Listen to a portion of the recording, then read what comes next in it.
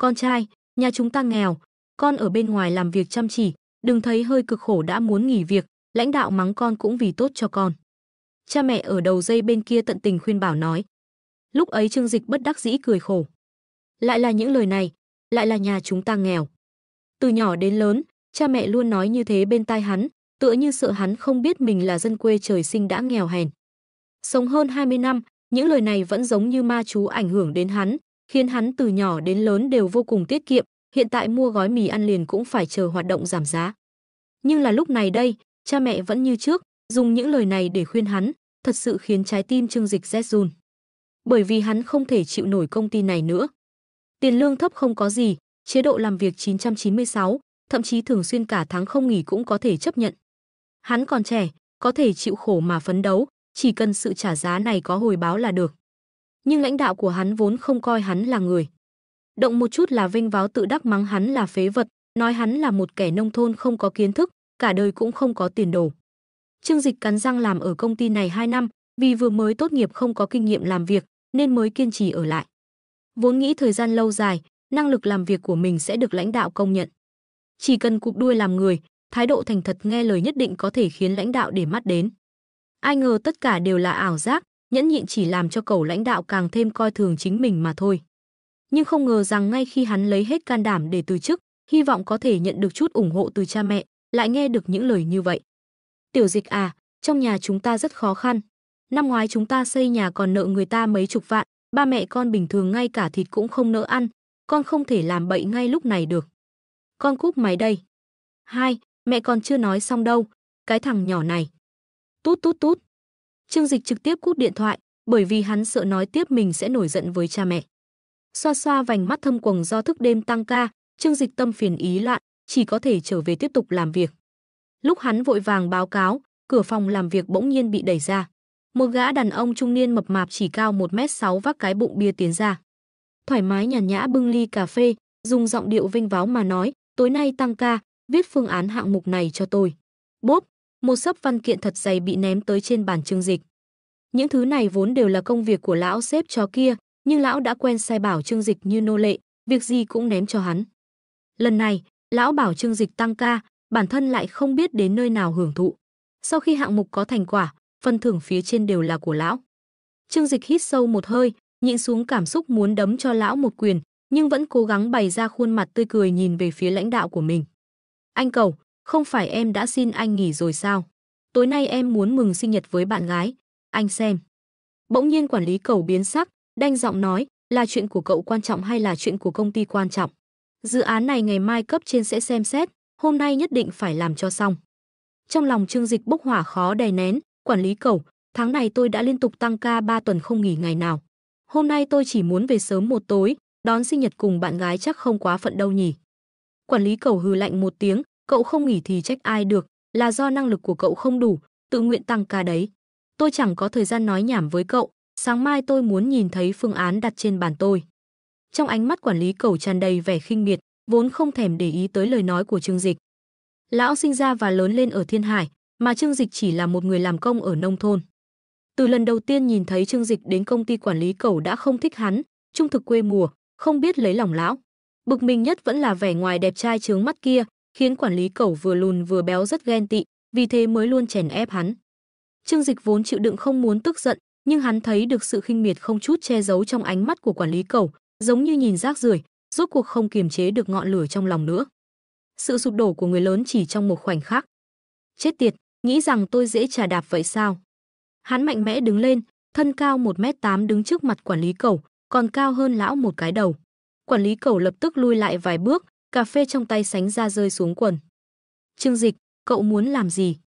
Quản lý Cẩu ngoài mạnh trong yếu quát, tuy rằng trên mặt rất hung dữ nhưng trong lòng có chút sợ hãi, dù sao với thể trạng này của lão, Trương Dịch mà đánh thật thì dù chỉ một quyền lão cũng không chịu nổi. Bên này vừa xuất hiện ồn ào, toàn bộ người trong phòng làm việc đều nhìn qua. Một không làm, hai không thôi. Vốn Trương Dịch đang suy nghĩ chuyện từ chức, hiện tại con chó này lại tới đổ dầu lên lửa, hắn dứt khoát trực tiếp xé rách mặt. Cả ngày chỉ biết bóc lột cấp dưới, cầm thành quả lao động của chúng tôi đi tranh công, xảy ra chuyện đều đổ cả lên người chúng tôi. Cậu, quản lý Cẩu tức giận phát run, bị chỉ trích trước mặt toàn bộ người trong văn phòng, thể diện của lão đã mất sạch. Thế nhưng Trương Dịch không cho lão cơ hội nói chuyện, tiếp tục mắng, cả ngày bắt chúng tôi tăng ca, thế nhưng tiền lương tăng ca lại chẳng có. Còn ông mỗi ngày đi làm đúng giờ tan tầm đúng cử, nhắm mắt làm ngơ những cống hiến của chúng tôi. Chết tiệt, quá thể lắm rồi. Sắc mặt quản lý Cẩu đỏ bừng, giận dữ quát, cậu không muốn làm việc nữa sao? Không làm thì không làm, tôi đếch cần đấy. Trương Dịch xách ba lô của mình lên, mặc kệ lão quản lý Cẩu. Các đồng nghiệp xung quanh thấy như vậy, đều lộ ra ánh mắt kính nể đối với Trương Dịch. Ngày thường quản lý Cẩu bóc lột bọn họ không ít, mọi người đều giận mà không dám nói gì, nếu không là vì kiếm miếng cơm ăn, ai lại chấp nhận để bị loại người này sai khiến. Hiện tại Trương Dịch giúp bọn họ chút giận, khiến trong lòng mọi người sảng khoái không thôi. Chờ một chút, cậu không thể đi, quản lý Cẩu kéo Trương Dịch lại. Trong tay cậu vẫn còn mấy hạng mục lớn của công ty, giá trị hơn 500 vạn, làm không xong thì cậu không được đi. Bởi vì năng lực làm việc của Trương Dịch rất giỏi, cho nên quản lý Cẩu luôn cố hết sức bóc lột hắn, những hạng mục trong tay đều giao cho một mình hắn làm, sau đó phần trăm kết xù thì lão lại hưởng. Nếu Trương Dịch đi rồi, những hạng mục kia phải làm sao bây giờ? Hạng mục làm hỏng đó là phải trả tiền vi phạm hợp đồng, đến lúc đó hậu quả đều do lão gánh đấy. Trương Dịch cười lạnh nói, liên quan quái gì đến tôi, những hạng mục kia đều do ông tự nhận, có bản lĩnh thì đi làm đi là ngươi tiếp, có bản lĩnh chính ngươi đi làm à. Tất cả quy trình của hạng mục đều là hắn phụ trách, vừa đi hắn liền xóa tất cả, bảo đảm khiến tên sếp chó này chẳng thể làm được gì. Cậu, nếu cậu dám đi, tôi sẽ không phát lương tháng này cho cậu, quản lý Cẩu uy hiếp. Tùy ý, Trương Dịch chẳng hề để ý nhún vai, tốt nhất là ông đừng phát. Hắn không phải là người mù pháp luật, nếu quản lý Cẩu dám trừ tiền lương không phát, hắn sẽ trực tiếp đến Sở Lao động mà thư kiện, đến lúc đó người tổn thất là công ty, đáng tiếc hắn không có lá gan này. Trương Dịch phóng khoáng xoay người rời đi trong ánh mắt kính nể của tất cả mọi người, sau lưng là quản lý Cẩu gào khàn cả giọng, có giỏi thì đừng trở về đây nữa. Cái thứ khô rách áo ôm như cậu, rời công ty sẽ chẳng làm nên trò trống gì đâu. Ông có quỳ xuống cầu xin tôi cũng không trở lại. Trương Dịch rời khỏi văn phòng, đi ra khỏi tòa nhà công ty. Quay đầu nhìn thoáng qua tòa kiến trúc phồn hoa ở trung tâm thành phố Thiên Hải này, khóe miệng hiện ra một nụ cười lạnh. Rốt cục đã có thể hung hăng mắng con chó này một trận, sau đó phóng khoáng từ chức. Vừa rồi trong lòng hắn rất sảng khoái, cảm thấy không khí thật trong lành. Nhưng sự thật tàn nhẫn đã bày ra một vấn đề lớn trước mặt hắn, tự do thì tự do, thoải mái thì thoải mái nhưng về sau phải sống thế nào?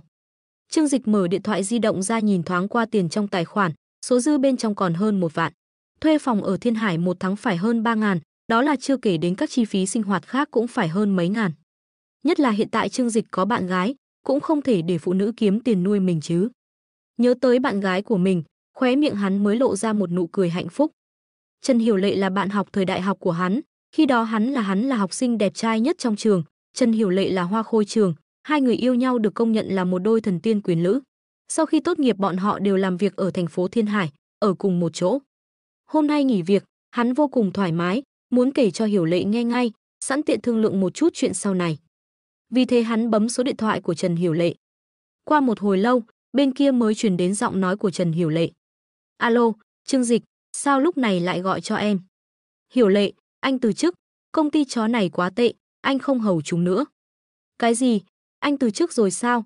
Bỗng nhiên Trần Hiểu Lệ trở nên rất tức giận, liên tục đặt câu hỏi, anh nghỉ việc rồi thì sau này em ăn cái gì? Tiền thuê nhà ai trả? Đồ ăn ai mua? Chẳng lẽ anh muốn em nuôi anh? Hiểu Lệ em đừng nóng vội, anh sẽ đi tìm việc. Bây giờ anh có kinh nghiệm làm việc, nhất định có thể tìm được công việc tốt hơn. Đừng nói nữa, hiện tại em bề bộn nhiều việc, tan tầm rồi nói sau. Trần Hiểu Lệ nói xong liền lạnh lùng cúp điện thoại. Trương Dịch sững sờ tại chỗ, không ngờ Hiểu Lệ ngày thường đối xử dịu dàng với hắn lại nổi giận lôi đình như vậy. Ngẩng đầu, nhìn khung cảnh nhộn nhịp chung quanh, CBD của thành phố Thiên Hải này hết sức phồn hoa, nhưng đâu mới là trốn chỗ dung thân của hắn đây. Trên thế giới này, không có tiền thì hắn chẳng là gì cả, ngay cả những người thân cận nhất cũng sẽ trở nên lạnh lùng với hắn. Nếu tôi là người có tiền thì tốt biết bao, Trương Dịch hít sâu một hơi cảm thán nói. Ngay khi hắn ngồi xổm bên lề đường vừa cô đơn vừa bất lực, trong đầu bỗng nhiên vang lên một giọng nói, đinh, hệ thống thần hào đã được kích hoạt. Đinh, hệ thống thần hào lắp đặt hoàn tất, kích hoạt lần đầu đã hoàn thành. Đinh, chúc mừng ký chủ đã đạt được quyền sở hữu tập đoàn Thịnh Thế giá trị thị trường trăm tỷ. Đinh, chúc mừng chủ ký sinh đạt được một trang viên đỉnh cấp khu IL. Chúc mừng ký chủ sinh đạt được 2 chiếc Rolls-Royce Phantom, một chiếc xe đua Bugatti Veyron Black Blood, một chiếc Pagani Zonda. Khen thưởng ký chủ 100 điểm giá trị vận khí, 100 điểm giá trị vũ lực, 100 điểm giá trị mị lực, 180 điểm giá trị trí tuệ. Hệ thống đã lắp đặt xong, chúc ngài một cuộc đời vui vẻ. Trương Dịch nghe thấy âm thanh này trong đầu, cả người lập tức phấn chấn lên. Là một người hiện đại sống trong thời kỳ văn học mạng phát triển nên hắn rất quen thuộc với mấy thể loại hệ thống nghịch tập này. Chỉ là không ngờ rằng hạnh phúc đột nhiên tới nhanh như vậy. Nhưng hắn không hề bất ngờ, có thể nói hắn đã đợi ngày này 25 năm. Trương Dịch là một người xuyên không từ trái đất đến hành tinh song song gọi là Lam Tinh. Hắn vẫn đang chờ đợi trong hệ thống trong truyền thuyết giáng lâm. Vốn cho rằng, dựa vào ký ức và kinh nghiệm phong phú kiếp trước, hắn có thể hô mưa gọi gió ở thế giới này. Lại không ngờ rằng hiện thực quá tàn khốc, không có gia thế bối cảnh tốt cho dù là người xuyên không cũng vô cùng cực khổ. Ngay khi hắn cho rằng đời này sẽ tầm thường như kiếp trước thì ngón tay vàng của hắn đã tới rồi. Trước mặt Trương Dịch đột nhiên xuất hiện một bảng số liệu. Tên thật, Trương Dịch. Giá trị may mắn, 100. Giá trị vũ lực, 100. Giá trị hấp dẫn, 100. Giá trị trí tuệ, 180. Tài sản hiện tại, 100.000, 010, 035. Mỗi 1 tỷ tài sản tăng lên có thể nhận được 10 điểm thuộc tính phân phối ngẫu nhiên và kích hoạt phần thưởng ẩn. Lần này Trương Dịch có thể xác định hắn không nghe nhầm, mà thật sự có hệ thống kích hoạt trong đầu hắn. Hệ thống, tập đoàn Thịnh Thế là tập đoàn Thịnh Thế ở thành phố Thiên Hải sao? Trương Dịch hỏi. Tập đoàn Thịnh Thế chính là tập đoàn lớn nhất thành phố Thiên Hải, ngành nghề bao gồm ăn uống, giải trí, thương mại điện tử, bất động sản các loại rất nhiều lĩnh vực, nếu nhìn khắp cả Hoa Hạ thì nó vẫn là công ty đứng đầu cả nước. Công ty cũ của hắn cũng chỉ là một trong số nhiều công ty con của tập đoàn Thịnh Thế, nhưng doanh thu hàng năm đã lên tới mấy trăm triệu. Đúng vậy, hệ thống cho câu trả lời khẳng định. Trương Dịch thật không ngờ, đột nhiên hắn lại trở thành ông chủ của tập đoàn. Hắn ngơ ngác đứng tại chỗ, bởi vì niềm vui bất ngờ đến khiến hắn cười ngây ngô. Người qua đường lộ ra thần sắc thương hại, còn tưởng rằng Trương Dịch đang đi làm thì bị choáng. Lúc này, vừa khéo đã đến giữa trưa, người trong tòa nhà lục tục bắt đầu đi ra ngoài ăn cơm. Quản lý Cẩu và mấy lãnh đạo công ty vừa đi vừa cười nói, vừa khéo nhìn thấy Trương Dịch đứng ở cửa với vẻ mặt ngây ngô cười. Lão nhớ tới lúc trước bị Trương Dịch làm mất thể diện, hiện tại nhìn thấy Trương Dịch như vậy còn tưởng rằng hắn đang hối hận, nhất thời trong lòng khoái ý. Vì vậy lão đi tới trước mặt Trương Dịch châm chọc nói, ôi này, không có công việc nên điên điên dại dại rồi à. Lãnh đạo các bộ phận khác của mấy công ty bên cạnh nghe nói chuyện hôm nay, cũng lộ ra thần sắc trào phúng. Người trẻ tuổi đừng quá ngông cuồng, bị hiện thực tàn nhẫn đập vào mặt sẽ tỉnh ra thôi. Ngã một lần khôn hơn một chút, về sau học được cách cụp đuôi ngoan ngoãn làm người. Quản lý Cẩu vuốt cằm suy nghĩ một chút, dáng vẻ bố thí, như vậy đi, tôi cho cậu một cơ hội, hiện tại cậu dập đầu nhận sai với tôi sẽ cho cậu quay lại công ty tiếp tục đi làm. Đương nhiên, cậu phải làm tốt những hạng mục cậu phụ trách cho tôi. Trương Dịch nhìn sắc mặt mấy người quản lý Cẩu, trong lòng cười lạnh không thôi. TMD, còn muốn lợi dụng chính mình, thật coi mình là ngu ngốc. Vốn với năng lực và kinh nghiệm làm việc hiện tại của hắn, có thể tìm được một công việc tốt hơn ở thành phố Thiên Hải. Huống chi sau khi có được hệ thống, hắn nhanh chóng biến thành ông chủ của tập đoàn Thịnh Thế, còn cần công việc rách nát này sao? Trương Dịch cười lạnh mắng, mẹ nhà ông, lương 8.000 còn dám bảo tôi đi làm, 2 năm nay tôi giúp ông kiếm không ít tiền còn tự cho mình thanh cao sao, có chó nó mới đi làm. Mấy lãnh đạo bộ phận bên cạnh quản lý Cẩu bất mãn nói, người trẻ tuổi không biết trời cao đất rộng, nếu không là lãnh đạo cho cậu cơ hội thể hiện, cậu có thể trưởng thành được không? Đúng vậy, cậu phải biết cảm ơn, cậu có năng lực như ngày hôm nay đều là lãnh đạo dìu dắt, cậu hồi báo lãnh đạo cũng là việc nên làm. Cậu còn trẻ như vậy, tiền không quan trọng, trước tiên phải nghĩ đến học tập. Mấy người đều là lãnh đạo tầng trung, ra vẻ đạo mạo. Những lời này mỗi lần họp Trương Dịch đều nghe đến mức thuộc lòng, nhưng mỗi lần nghe xong đều cảm thấy ghê tởm. Công việc vốn là một cuộc giao dịch, anh cho tôi tiền, tôi trả giá lao động, sao trong mắt đám người này lại trở thành công ty bố thí? Hiện tại hắn đã từ chức, mấy người còn muốn dùng chiêu kia để tẩy não hắn. Trương Dịch cười lạnh nói, mấy người các ông là cái thá gì mà đứng trước mặt tôi bảo tiền không quan trọng. Có giỏi thì đưa hết tiền cho tôi đi, xem thử có ai dám không. Cả ngày chỉ biết nói mấy lời xàm xí, giảng đạo cho ai nghe, cút hết đi. Hiện tại không phải lúc hắn đi làm, không cần phải nhìn sắc mặt bọn họ nữa. Thân phận của hắn bây giờ chính là cấp trên trực tiếp của những người này. Trước hết để cho bọn họ đắc ý đã, đợi khi nào hắn chính thức tiếp quản tập đoàn, kẻ đầu tiên bị sa thải chính là bọn họ. Sắc mặt đám lãnh đạo công ty nhất thời trở nên rất khó coi, không ngờ tên nhân viên vẫn luôn trung thực kia còn dám cùng bọn họ tranh luận. Đồng loạt chỉ vào Trương Dịch uy hiếp nói, có gan đấy, có tin chúng tôi sẽ đưa cậu vào danh sách đen khiến cậu thất nghiệp cả đời không hả? Bọn họ làm ngành nghề tài chính, vòng tròn tài chính thành phố Thiên Hải lớn như vậy, đều là người quen. Chỉ cần bọn họ gây trở ngại nhỏ, thật sự có thể khiến một người mới biến mất khỏi ngành. Đúng lúc này, bên cạnh bỗng nhiên truyền đến tiếng động cơ nổ vang. Một chiếc Rolls-Royce Phantom màu đen dừng lại trước mặt bọn họ. Cửa xe mở ra, 4 vệ sĩ mặc âu phục màu đen vây quanh một cô gái mặc váy công sở, mái tóc mềm mại buông xõa đi tới chỗ họ. Thân hình đồng hồ cáp hoàn mỹ, chân mang giày cao gót màu đỏ rượu, trang điểm tinh tế cùng đôi môi đỏ tươi, phối hợp với đôi mắt lạnh như băng khiến cô gái giống hệt nữ vương tản ra khí tức đáng sợ khiến người ta muốn thần phục. Trên quảng trường người đến người đi, nhưng là cô gái kia vừa xuất hiện đã lập tức hấp dẫn ánh mắt mọi người, vì cô gái quá mức xinh đẹp.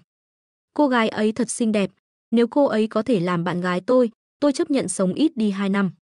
Mơ hay lắm, người ta đẹp thế, phải xứng với tổng tài trăm tỷ, đến lượt cậu à. Mấy người đàn ông mê sắc đẹp tranh nhau nói, nhưng không ai dám đến gần xin phương thức liên lạc của đối phương vì bị khí tức lạnh lùng kia ngăn cản.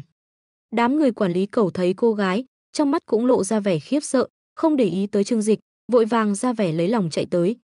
Thư ký Tô, sao cô lại tới đây? Có chuyện gì cứ việc dặn dò, tôi nhất định sẽ cố gắng làm cho bằng được. Mấy người họ cúi đầu khom lưng trước mặt cô gái xinh đẹp, cực kỳ giống mấy con chó sủ. Trương Dịch suy nghĩ một chút, mới nhớ lại cô gái này là ai. Cô ấy chính là Tô Minh Ngọc, thư ký của Tổng Giám đốc Tập đoàn Thịnh Thế. Ở Tập đoàn Thịnh Thế, có thể nói cô ấy là dưới một người trên vạn người. Nghĩ đến thân phận của mình lúc này, Trương Dịch bình tĩnh dị thường. Tô Minh Ngọc lại không nhìn đám quản lý cẩu một cái, từ đầu đến cuối ánh mắt của cô chỉ nhìn một mình Trương Dịch, sau đó đi thẳng tới trước mặt hắn. Thanh niên trước mắt quần áo tùy ý, tướng mạo sạch sẽ anh tuấn, ánh mắt dịu dàng có tình. Trên người hắn tựa hồ có một loại mị lực đặc biệt, làm cho người ta không thể rời mắt. Vị mỹ ma nữ nổi danh của Tập đoàn Thịnh Thế này khi nhìn thấy hắn, không biết tại sao, con ngươi băng tuyết kia lại bắt đầu hòa tan. Năng lực hệ thống, giá trị mị lực 100. Lúc này dung nhan Trương Dịch không biến hóa quá lớn, bởi vì bản thân hắn cũng rất đẹp trai. Nhưng hệ thống tăng thêm cho hắn một phần khí chất đặc thù, có thể dễ dàng đả động bất kỳ băng sơn mỹ nhân nào. Từ hôm nay trở đi ngài chính là Tổng Giám đốc Tập đoàn Thịnh Thế chúng ta, mời ngài ký tên vào đây, hoàn thành việc giao nhận tài sản. Nói xong, cô nhận lấy một túi văn kiện từ trong tay vệ sĩ đưa cho Trương Dịch. Đám người quản lý cẩu ở phía sau đều choáng váng. Cái gì? Hắn làm sao có thể trở thành Tổng Giám đốc Tập đoàn chúng ta? Tô tiểu thư, cô đang nói đùa đúng không? Hắn chỉ là một tên nhà quê lên phố, vì sao lại trở thành Tổng Giám đốc Tập đoàn của chúng ta chứ? Tô Minh Ngọc lạnh lùng nhìn bọn họ một cái nói, Tổng Giám đốc đời trước đã qua đời vào rạng sáng hôm nay, trước khi lâm chung ông ấy đã để lại tất cả tài sản cho ngài Trương Dịch này. Cho nên từ hôm nay trở đi, ngài Trương Dịch chính là Tổng Giám đốc của Tập đoàn Thịnh Thế chúng ta. Mấy người quản lý cẩu sợ tới mức sắc mặt trắng bệch, lúc này nhìn Trương Dịch vẻ mặt trêu tức, bọn họ hận không thể lập tức tát mình mấy cái. Trương Tổng, lời tôi vừa nói ngài không nên để ở trong lòng, ngài coi như tôi mê sảng đi. Trương Tổng, lúc trước ở công ty đã đắc tội nhiều, nhưng tôi chỉ là xấu miệng, trong lòng không có ác ý. Lãnh đạo mấy bộ phận khác vội vàng tới cáo tội. Lúc này trái tim quản lý cẩu lạnh ngắt, 2 năm nay lão sai khiến Trương Dịch giống như sai chó. Khi đó lão cũng biết Trương Dịch hận lão muốn chết, nhưng lão rất hưởng thụ dáng vẻ thống hận của Trương Dịch, càng muốn ngược đãi hắn. Hiện tại Trương Dịch đã trở thành ông chủ lớn của tập đoàn, chắc chắn sẽ không bỏ qua cho lão. Thế nhưng, nếu như lão không đi cầu xin Trương Dịch, công việc lương mấy chục vạn một năm sẽ không còn nữa. Quản lý cẩu run rẩy đi tới, trên mặt lộ ra nụ cười lấy lòng, Trương Tổng, tôi vẫn luôn coi anh như anh em ruột. Lúc trước thái độ của tôi không tốt là vì muốn tốt cho anh không thể giận tội được. Trương Dịch nhìn thoáng qua quản lý cẩu, lại nhìn vẻ mặt lấy lòng mấy lãnh đạo bộ phận khác, chỉ khinh miệt cười ra tiếng, từ hôm nay trở đi, mấy người các ông có thể cút rồi. Hắn nhìn Tô Minh Ngọc nói, lập tức để nhân sự làm thủ tục thôi việc cho bọn họ. Mấy người nọ sợ tới mức hồn phân phách tán, bọn họ đều là lãnh đạo trung tầng của công ty, tuổi đã trên 35. Lúc này nếu bị đuổi việc, vốn không thể tìm được công việc thích hợp. Đàn ông trung niên đều là trên có già dưới có trẻ, bọn họ mất việc, cả nhà đều xong đời. Mấy người lập tức khóc cầu khẩn nói, Trương Tổng, van cầu ngài tha cho tôi đi, trong nhà của tôi phía trên có mẹ già 80 tuổi, phía dưới còn có con trẻ đi học. Quản lý cẩu trắng bệch, năm ngoái lão vừa mới đi vay mua một căn nhà, hiện tại thiếu nợ ngân hàng hơn 2 triệu. Nếu không có việc làm, nhà của lão ta sẽ bị ngân hàng lấy đi. Lão không để ý đến hình tượng trực tiếp quỳ xuống, bò đến trước mặt Trương Dịch khóc lóc thảm thiết. Trương Tổng, tôi sai rồi, tôi thật sự sai rồi. Tôi không phải người, trước kia tôi không nên bắt nạt ngài. Ngài rộng lòng lượng thứ, đừng so đo với tôi. Dù sao tôi cũng là nòng cốt của công ty, có thể kiếm tiền cho công ty. Trương Dịch nhìn quản lý cẩu giống như chó cầu xin mình, Chán ghét, ông còn mặt mũi nói câu đó. 2 năm nay, mấy công việc hạng mục của ông không phải do tôi làm sao? Hắn vươn tay ra dùng sức vỗ vỗ mặt quản lý Cẩu, cười lạnh nói, hiện tại ông đang bị báo ứng đấy, có hiểu không? Trương Dịch đuổi việc đám người quản lý Cẩu, cuối cùng đã trút được cơn giận 2 năm qua. Tuổi tác của họ cũng không nhỏ, về sau đi ra ngoài tìm việc làm rất khó khăn, cho dù có thể tìm được việc làm, đãi ngộ cũng không được một nửa hiện tại. Nhìn thấy Trương Dịch không bị đả động, mấy lão quản lý sắc mặt trở nên vặn vẹo. Tôi làm ở công ty này 10 mấy năm rồi, nếu anh đuổi việc tôi cũng phải trả một số tiền lớn thôi việc. Một người hét lớn, lúc này ông ta đã mất đi lý trí, nổi điên như chó hoang. Trương Dịch nhìn bọn họ, lại đối với Tô Minh Ngọc nói một câu, đến lúc đó viết cho mỗi người bọn họ một bảng chứng nhận nghỉ việc do phẩm hạnh bại hoại, chèn ép nhân viên. Hơn nữa phát huy sức ảnh hưởng của tập đoàn chúng ta, để bọn họ không thể lăn lộn trong cái nghề này được.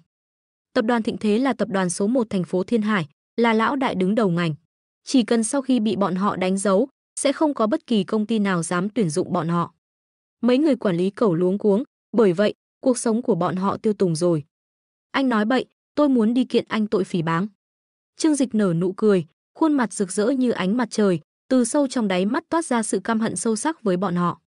Nhưng đừng quên, tôi chính là nhân chứng tốt nhất, có thể chứng minh tất cả những gì các ông đã làm trước đây. Hắn chỉ vào quản lý Cẩu nói. Đám người quản lý Cẩu hoàn toàn tuyệt vọng, từng người quỳ trên mặt đất tát mình, khóc cầu Trương Dịch cho bọn họ một con đường sống. Trước kia bọn họ ở trước mặt Trương Dịch có bao nhiêu ngông cuồng, lúc này thì có bấy nhiêu hèn mọn. Trung niên thất nghiệp là chuyện mà bất kỳ người đàn ông nào ở thành phố Thiên Hải cũng chẳng thể tiếp nhận được. Mọi người xung quanh đã sớm vây quanh bàn luận sôi nổi. Đây không phải là quản lý Cẩu và quản lý Tôn sao? Sao lại quỳ xuống đất dập đầu với người khác thế? Bọn họ đang dập đầu với Trương Dịch, cậu không biết à, hiện tại Trương Dịch đã trở thành tổng giám đốc tập đoàn chúng ta. Hả? Không phải chứ, trong nhà Trương Dịch không phải rất nghèo sao? Ai biết được, nói không chừng là Phú Nhị Đại cố ý giả nghèo đi ra rèn luyện đấy. Quản lý Cẩu thích nhất là bắt nạt người ta, đúng là gặp báo ứng rồi. Nhìn thấy những lãnh đạo ngày thường vinh váo tự đắc lúc này đáng thương giống như chó hoang, tất cả mọi người đều vô cùng hả dạ. Trương Dịch lười nhìn mấy người này. Bọn họ khi dễ hắn 2 năm, hủy diệt nửa đời sau của bọn họ, đây chính là trừng phạt tốt nhất. Tô Minh Ngọc đi tới, khuôn mặt hoàn mỹ không tì vết cung kính với Trương Dịch. Trương Tổng, tôi đã thông báo cho bộ phận nhân sự đến xử lý bọn họ, ngài có chỉ thị gì không? Trương Dịch nhìn cô gái tuyệt đẹp trước mắt, trước giờ cô ấy ở tập đoàn Thịnh Thế có danh xưng là ma nữ xinh đẹp. Đẹp như thiên sứ lại hành sự quyết đoán tàn nhẫn giống ác ma. Nhưng lúc này, vị ma nữ ấy lại cung kính cúi đầu về phía mình. Hắn suy nghĩ một chút, nói, tối nay tôi muốn giúp bạn gái tổ chức sinh nhật, cô giúp tôi đặt trước một chỗ ở khách sạn tốt nhất thành phố. Đột nhiên trở thành người có tiền, nhưng hắn không quên bạn gái của mình. Tuy rằng gần đây Trần Hiểu Lệ vì chuyện công việc mà hơi lạnh nhạt với hắn, nhưng từ đại học đã ở cùng nhau, tình cảm không hề tệ. Hiện tại Trương Dịch đã có tiền và năng lực, đương nhiên không thể quên cô ta. Hắn muốn cho Trần Hiểu Lệ biết, hắn có khả năng biến cô ta trở thành người phụ nữ hạnh phúc nhất trên thế giới. Hiểu rồi, Trương Tổng, mặt khác chúng tôi điều tra được, số dư trong tài khoản của ngài không nhiều lắm. Có cần chúng tôi điều động một ít tài chính cho ngài không? Tô Minh Ngọc khéo hiểu lòng người nhắc nhở. Nếu là muốn tổ chức sinh nhật cho bạn gái, dù sao cũng phải dùng tiền mua chút quà chứ. Trương Dịch sờ sờ mũi, tóm lại có thể gửi vào tài khoản của tôi bao nhiêu tiền. Vốn lưu động của tập đoàn khoảng 20 tỷ. Ngoài việc cần sử dụng kinh doanh hàng ngày, ngài còn có thể chuyển ra 5 tỷ. Tập đoàn Thịnh Thế không phải là công ty đưa ra thị trường, mà là một doanh nghiệp tư nhân, cho nên toàn bộ tài chính của tập đoàn đều nằm trong tay Trương Dịch. Đương nhiên, hắn còn không có ý định giết gà lấy trứng, bởi vậy nói, chuyển cho ta 1 tỷ là đủ rồi, tiền còn lại trước tiên gửi vào tài khoản công ty. Hiểu rồi, Tôn Minh Ngọc lập tức đi sắp xếp, cũng không lâu lắm, điện thoại di động của Trương Dịch liền nhận được tin nhắn ngân hàng nhắc nhở. Tài khoản của bạn tại ngân hàng Công Thương Hoa Hạ nhận được chuyển khoản 1 tỷ đồng, số dư hiện tại là 1 tỷ đồng. Trương Dịch hài lòng gật gật đầu, thuần thục chuyển 100 vạn vào tài khoản Phú Bảo của mình. Hiện nay thanh toán điện tử rất thuận tiện, Trương Dịch đã quen sử dụng Phú Bảo, cho nên để tiền tiêu vặt bên trong để dùng hàng ngày. Hắn nhìn thoáng qua chiếc Rolls Royce kia, cười nói, cô đưa tôi một chuyến đi. Trước mắt hắn vẫn chưa có phương tiện đi lại, ngay cả đi làm cũng phải chen chúc trên tàu điện ngầm. Về phần hệ thống khen thưởng những chiếc xe sang trọng kia chắc được đặt trong gara tại biệt thự, tạm thời hắn lười qua lấy. Tổng giám đốc dặn dò, đương nhiên Tô Minh Ngọc sẽ nghe theo. Cô tự mình mở cửa xe Rolls Royce cho Trương Dịch, đợi sau khi Trương Dịch lên xe, cô cũng đi vào theo. Các nhân viên văn phòng trên quảng trường thấy như vậy, trong ánh mắt tràn ngập thần sắc hâm mộ. Không ngờ ngày thường Trương Dịch vô cùng bình thường lại trở thành ông chủ lớn của tập đoàn, hơn nữa còn có một nữ thư ký xinh đẹp như vậy, thật sự là ghen tị muốn chết. Sau khi đi tới cửa hàng châu báu Kim Đại Phúc lớn nhất thành phố Thiên Hải, Trương Dịch chọn chúng một viên kim cương phấn trị giá hơn 2 triệu, không nói hai lời trực tiếp bảo nhân viên cửa hàng đóng gói. Nữ nhân viên trang điểm đậm sáng mắt, người đàn ông có tiền hơn nữa anh tuấn như vậy, đây là lần đầu tiên cô ta nhìn thấy. Vì thế lúc giới thiệu hàng hóa cho Trương Dịch, cô ta dùng hết tất cả vốn liếng, vặn vẹo dáng người đẫy đà, ánh mắt chân thành muốn đả động hắn. Nhưng sau khi nhìn thấy Tô Minh Ngọc phía sau Trương Dịch, cô ta lập tức ý thức được chênh lệch giữa mình và đối phương. Bên người có loại nhân vật cấp nữ thần này, làm sao hắn có thể để ý tới mình đây? Nhưng nữ nhân viên cửa hàng cũng chưa hết hy vọng, hoa nhà không có hương hoa dại, nói không chừng vị soái ca nhiều tiền này muốn đổi khẩu vị. Vì thế trước khi Trương Dịch đi, cô ta còn không quên lén đưa cho hắn một tờ giấy. Trương Dịch chỉ cười nhạt, đi ra cửa liền ném nó vào trong thùng rác. Loại phụ nữ như vậy, hắn trướng mắt. Sau khi lên xe, Tô Minh Ngọc nói với hắn, Trương Tổng, tôi đã giúp ngài bao chọn khách sạn Shangri-La. Tối nay, nơi đó chỉ có ngài và bạn gái ngài. Ngoài ra, tôi còn nhờ khách sạn chuẩn bị bữa tối lãng mạn nhất dưới ánh nến cho ngài, cũng mời nghệ sĩ đàn violon nổi tiếng Pagroni đến biểu diễn. Trương Dịch hài lòng gật đầu, hắn nhìn thoáng qua Tô Minh Ngọc xinh đẹp, không thể không cảm thán. Trách không được cô tuổi còn trẻ đã có thể trở thành người đứng thứ hai tập đoàn thịnh thế, năng lực và hiệu suất làm việc này không thể soi mói. Vất vả cho cô rồi. Tô Minh Ngọc nhìn khuôn mặt anh tuấn của Trương Dịch, bỗng nhiên mỉm cười nói thật, tôi rất bất ngờ hành động hôm nay của ngài. Ồ, có ý gì? Tô Minh Ngọc cười nói, tôi đã từng gặp rất nhiều đàn ông, sau khi có tiền sẽ thay đổi, vứt bỏ người phụ nữ đã đồng cam chịu khổ với mình nhiều năm. Nhưng ngài có tiền, việc đầu tiên nhớ đến là bạn gái của mình. Nói thật, khiến tôi có chút hâm mộ. Trương Dịch chỉ cười nhạt, con người sau khi trải qua những năm tháng khốn khổ, sẽ càng quý trọng những người đi cùng anh ta. Vệ sĩ lái xe, đưa Tô Minh Ngọc và Trương Dịch đến khách sạn Shangri-La. Đây chính là khách sạn xa hoa đắt đỏ nhất thành phố Thiên Hải. Trước kia, Trương Dịch đi ngang qua nơi này đều cảm giác tự ti, cảm thấy đời này không có cơ hội tới nơi như thế dùng bữa. Nhưng hôm nay, cả khách sạn này đều bị hắn bao trọn. Tô Minh Ngọc xuống xe trước, sau đó tự mình đỡ Trương Dịch đi xuống. Quản lý khách sạn đứng đợi ở cửa từ sớm, phía sau có 10 nữ phục vụ xinh đẹp mặc đồng phục màu đỏ rượu mặc tất chân đen. Tuổi các cô gái chỉ hơn 20, dung nhan xinh đẹp theo tiêu chuẩn của Hot Green Mark. Bộ ngực sữa no đủ nhấp nhô, xuyên qua tất chân mỏng manh và chiếc váy ngắn có thể nhìn thấy bắp đùi trắng nõn đẫy đà. Vừa sẽ không làm cho người ta cảm thấy quá mức phong tình, lại làm cho ánh mắt người ta lưu luyến, muốn nhìn trộm phong cảnh dưới đồng phục. Sau khi nhìn thấy Trương Dịch, quản lý khách sạn nhiệt tình vội vàng nghênh đón. Chào Trương Tổng, tôi là Khổng Vân Chiết, quản lý khách sạn Shangri-La.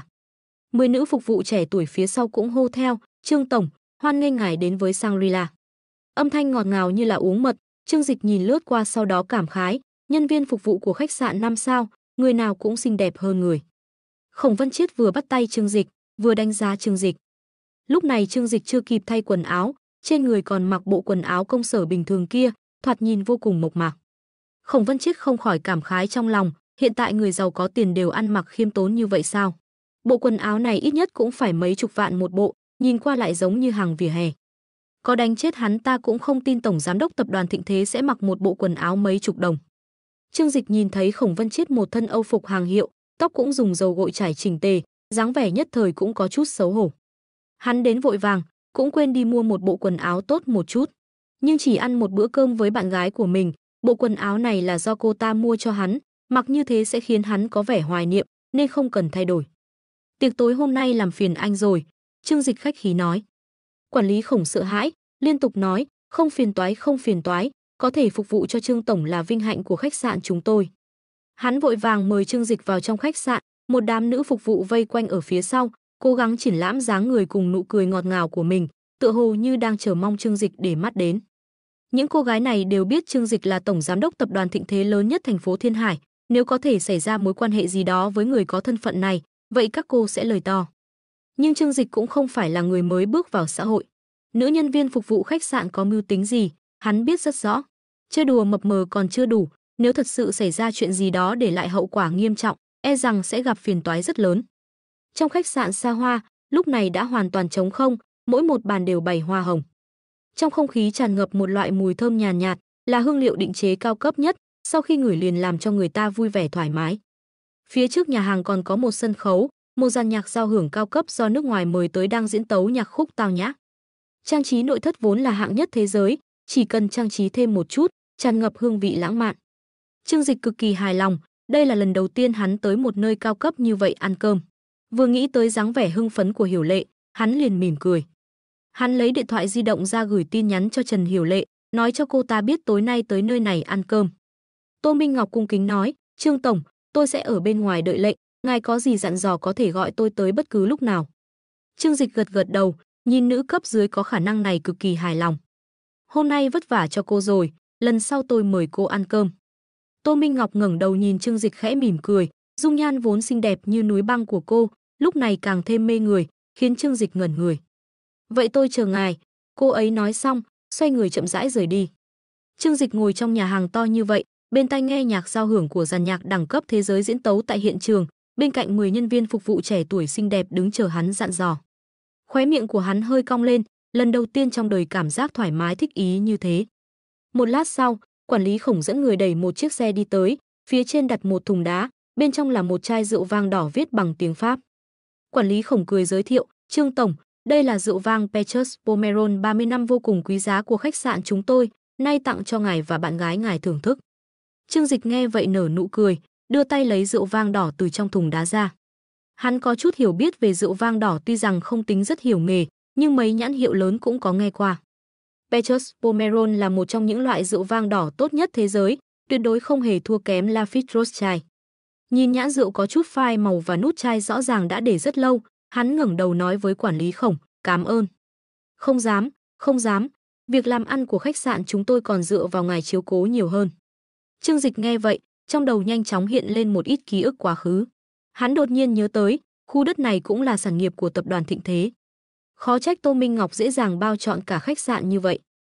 Nhưng mà tại sao trí nhớ của hắn lại trở nên tốt như vậy? Đúng rồi, là khen thưởng năng lực của hệ thống. Ngay từ đầu Trương Dịch chỉ nghĩ đến tiền, lúc này mới nhớ lại, hóa ra hệ thống còn cho hắn rất nhiều năng lực đặc biệt. Đợi khi nào có thời gian, hắn phải từ từ xem hết mới được. Mọi người đi làm việc trước đi, chờ bạn gái tôi tới, hai người bưng thức ăn lên. Trương Dịch phất phất tay, quản lý Khổng lập tức mang theo nhân viên phục vụ lui xuống. Ước chừng đợi hơn nửa giờ, từ một đầu khác của khách sạn có một người phụ nữ mặc lễ phục màu đen, trong tay cầm theo túi LV, chậm rãi bước đến. Khụ, cô ta nhìn Trương Dịch đang cúi đầu nghịch điện thoại, dùng sức ho khan một tiếng. Trương Dịch ngẩng đầu nhìn, trước mắt rõ ràng là bạn gái Trần Hiểu Lệ của mình. Hôm nay cô ta đã cẩn thận ăn diện, trang phục màu đen rất xinh đẹp, tóc sau đầu búi lên, khuôn mặt trắng nõn tinh xảo. Trương Dịch cười nói, đến rồi à, mau ngồi đi. Ánh mắt Trần Hiểu Lệ mơ hồ nhìn lướt qua đại sảnh xa hoa, không mặn không nhạt nói một câu, nơi này rất đắt đi. Một bữa cơm chắc phải ăn hết mấy tháng tiền lương của anh. Nói xong, cô ta nhẹ nhàng ngồi xuống trước mặt Trương Dịch. Trương Dịch nghe giọng nói cô ta, biết cô ta còn đang tức giận vì chuyện mình nghỉ việc. Hắn nở nụ cười, sau đó từ trong túi lấy ra viên kim cương phấn trị giá 2 triệu kia đưa cho cô ta. Đây là quà sinh nhật anh chuẩn bị cho em, xem có thích hay không. Trần Hiểu Lệ liếc Trương Dịch một cái, đưa tay cầm hộp quà, sau đó mở ra nhìn thoáng qua. Trương Dịch mỉm cười, chờ mong vẻ mặt kích động của Trần Hiểu Lệ. Nhưng không ngờ rằng Trần Hiểu Lệ lại khinh thường hừ một tiếng, trở tay ném cái hộp lên bàn. Trương Dịch, tôi và anh yêu nhau 3 năm, anh lại tặng tôi cái thứ rách nát này. Dù không mua nổi kim cương thật, cũng đừng lấy thủy tinh ra gạt tôi chứ. Cô ta nâng tay phải của mình lên trước mặt Trương Dịch, để lộ ngón áp út của mình cho hắn xem. Trương Dịch vốn còn muốn nói cho cô biết, kim cương phấn kia là hàng thật giá thật. Nhưng vừa nhìn qua thì ánh mắt của hắn lập tức thay đổi. Bởi vì trên ngón áp út của Trần Hiểu Lệ lại đeo một chiếc nhẫn kim cương lấp lánh. Hiểu Lệ, đây là cái gì? Trương Dịch hít sâu một hơi, giọng điệu đã trở nên lạnh nhạt. Cho dù hắn có ngu ngốc đến mấy, hắn cũng hiểu một người phụ nữ đeo nhẫn trên ngón áp út là có ý gì. Mà chiếc nhẫn này, vốn không phải hắn tặng. Nói thật cho anh biết, quản lý Thạch của công ty chúng tôi luôn theo đuổi tôi. Trong khoảng thời gian ở chung với anh ấy, tôi mới hiểu được tình yêu không thể làm bánh mì. Anh ấy cho tôi thứ anh không thể cho. Trần Hiểu Lệ vô cùng hài lòng thưởng thức nhẫn kim cương trên tay, lạnh nhạt nói với Trương Dịch, hôm nay tôi tới chính là muốn nói cho anh biết, chúng ta chia tay đi. Bây giờ anh không có công việc, quen anh chỉ tạo thêm gánh nặng cho tôi mà thôi. Trương Dịch yên lặng nghe Trần Hiểu Lệ nói xong những lời này, khóe miệng hắn hiện ra một nụ cười lạnh, nhưng không có bất kỳ phản ứng kịch liệt nào. Hắn không quá tức giận, chỉ là cảm thấy vô cùng buồn cười. Người phụ nữ trước mắt này vì tiền mà lựa chọn rời khỏi hắn, nhưng lại là lúc hắn có tiền nhất.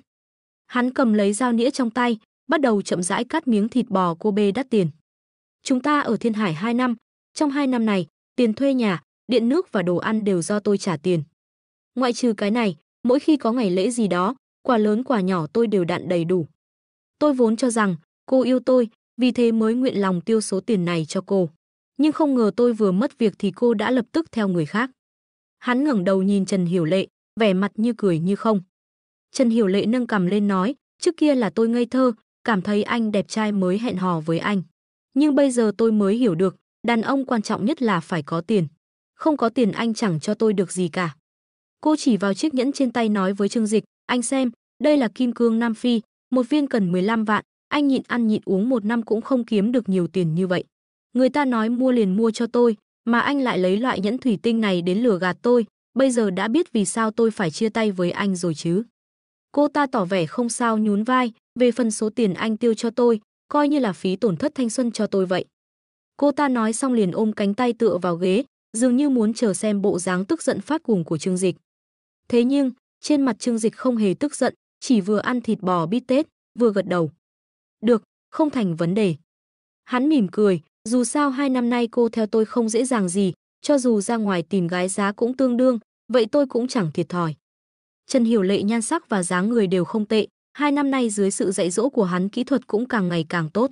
Bọn họ ở chung 2 năm, Trần Hiểu Lệ định kỳ giúp hắn giải quyết nhu cầu, cho nên Trương Dịch cũng không chịu thiệt. Sắc mặt Trần Hiểu Lệ nhất thời biến đổi, anh dám mắng tôi. Tuy rằng cô đã quyết định chia tay với Trương Dịch, nhưng nhìn thấy bạn trai ngoan trước kia thay đổi thái độ với mình, trong lòng vẫn không vui. Trong mắt cô ta, việc họ chia tay là chính đáng. Lẽ ra hắn phải cảm thấy áy náy vì không thể mang lại cuộc sống giàu sang cho cô mới đúng chứ không phải để mỉa mai cô ta. Trương Dịch ngẩng đầu nhìn Trần Hiểu Lệ, trên mặt lộ ra nụ cười trào phúng. Cảm ơn vì hôm nay cô chia tay tôi, lúc này tôi mới thấy rõ cô là ai, bằng không, tổn thất của tôi sẽ càng lớn. Anh chỉ được cái mã đẹp trai, ngoài ra không xu dính túi, anh thiệt cái gì? Chỉ sợ là mời tôi ăn xong bữa cơm này, trong túi anh cũng sạch bóng rồi nhỉ. Trần Hiểu Lệ làm ra vẻ đã nhìn thấu Trương Dịch, hất cằm nói, tôi nói cho anh biết, bữa cơm hôm nay tôi chưa ăn một miếng nào. Đừng hy vọng tôi sẽ bỏ tiền ra trả giúp anh đấy nhé. Trương Dịch bật cười, hắn bất đắc dĩ lắc đầu.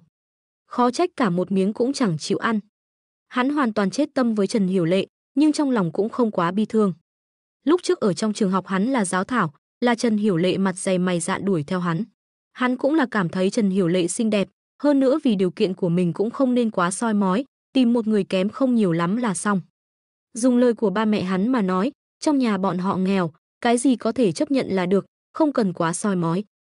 Nhưng hiện tại hắn có thân phận gì, người giàu nhất Thiên Hải, nắm trong tay trăm tỷ. Chỉ cần hắn nguyện ý, có loại phụ nữ nào mà hắn không tìm được.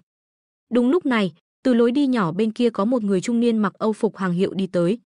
Vóc dáng gã không cao, trán còn hói một mảng lớn, nhưng trên mặt rất tự tin, trên cổ tay đeo một chiếc đồng hồ vàng hơi quê mùa vô cùng chói mắt. Có thể nhận ra đây là một người trung niên có sự nghiệp thành công. Gã trực tiếp đi tới bên cạnh Trần Hiểu Lệ, cười nói, Hiểu Lệ, sao em lại ở đây, chẳng phải đã nói cùng đón sinh nhật với anh sao? Trần Hiểu Lệ vừa nhìn thấy gã, lập tức lộ ra nụ cười ngọt ngào đứng dậy ôm cánh tay gã, Phú Thành, sao anh lại tới đây? Em đến đây là muốn nói chuyện rõ ràng với anh ta, bảo anh ta sau này đừng quấy rầy em nữa. Thạch Phú Thành nhìn về phía Trương Dịch, cười nói, ha ha, đây là gã bạn trai kia của em à? Là bạn trai cũ, Trần Hiểu Lệ gắt giọng.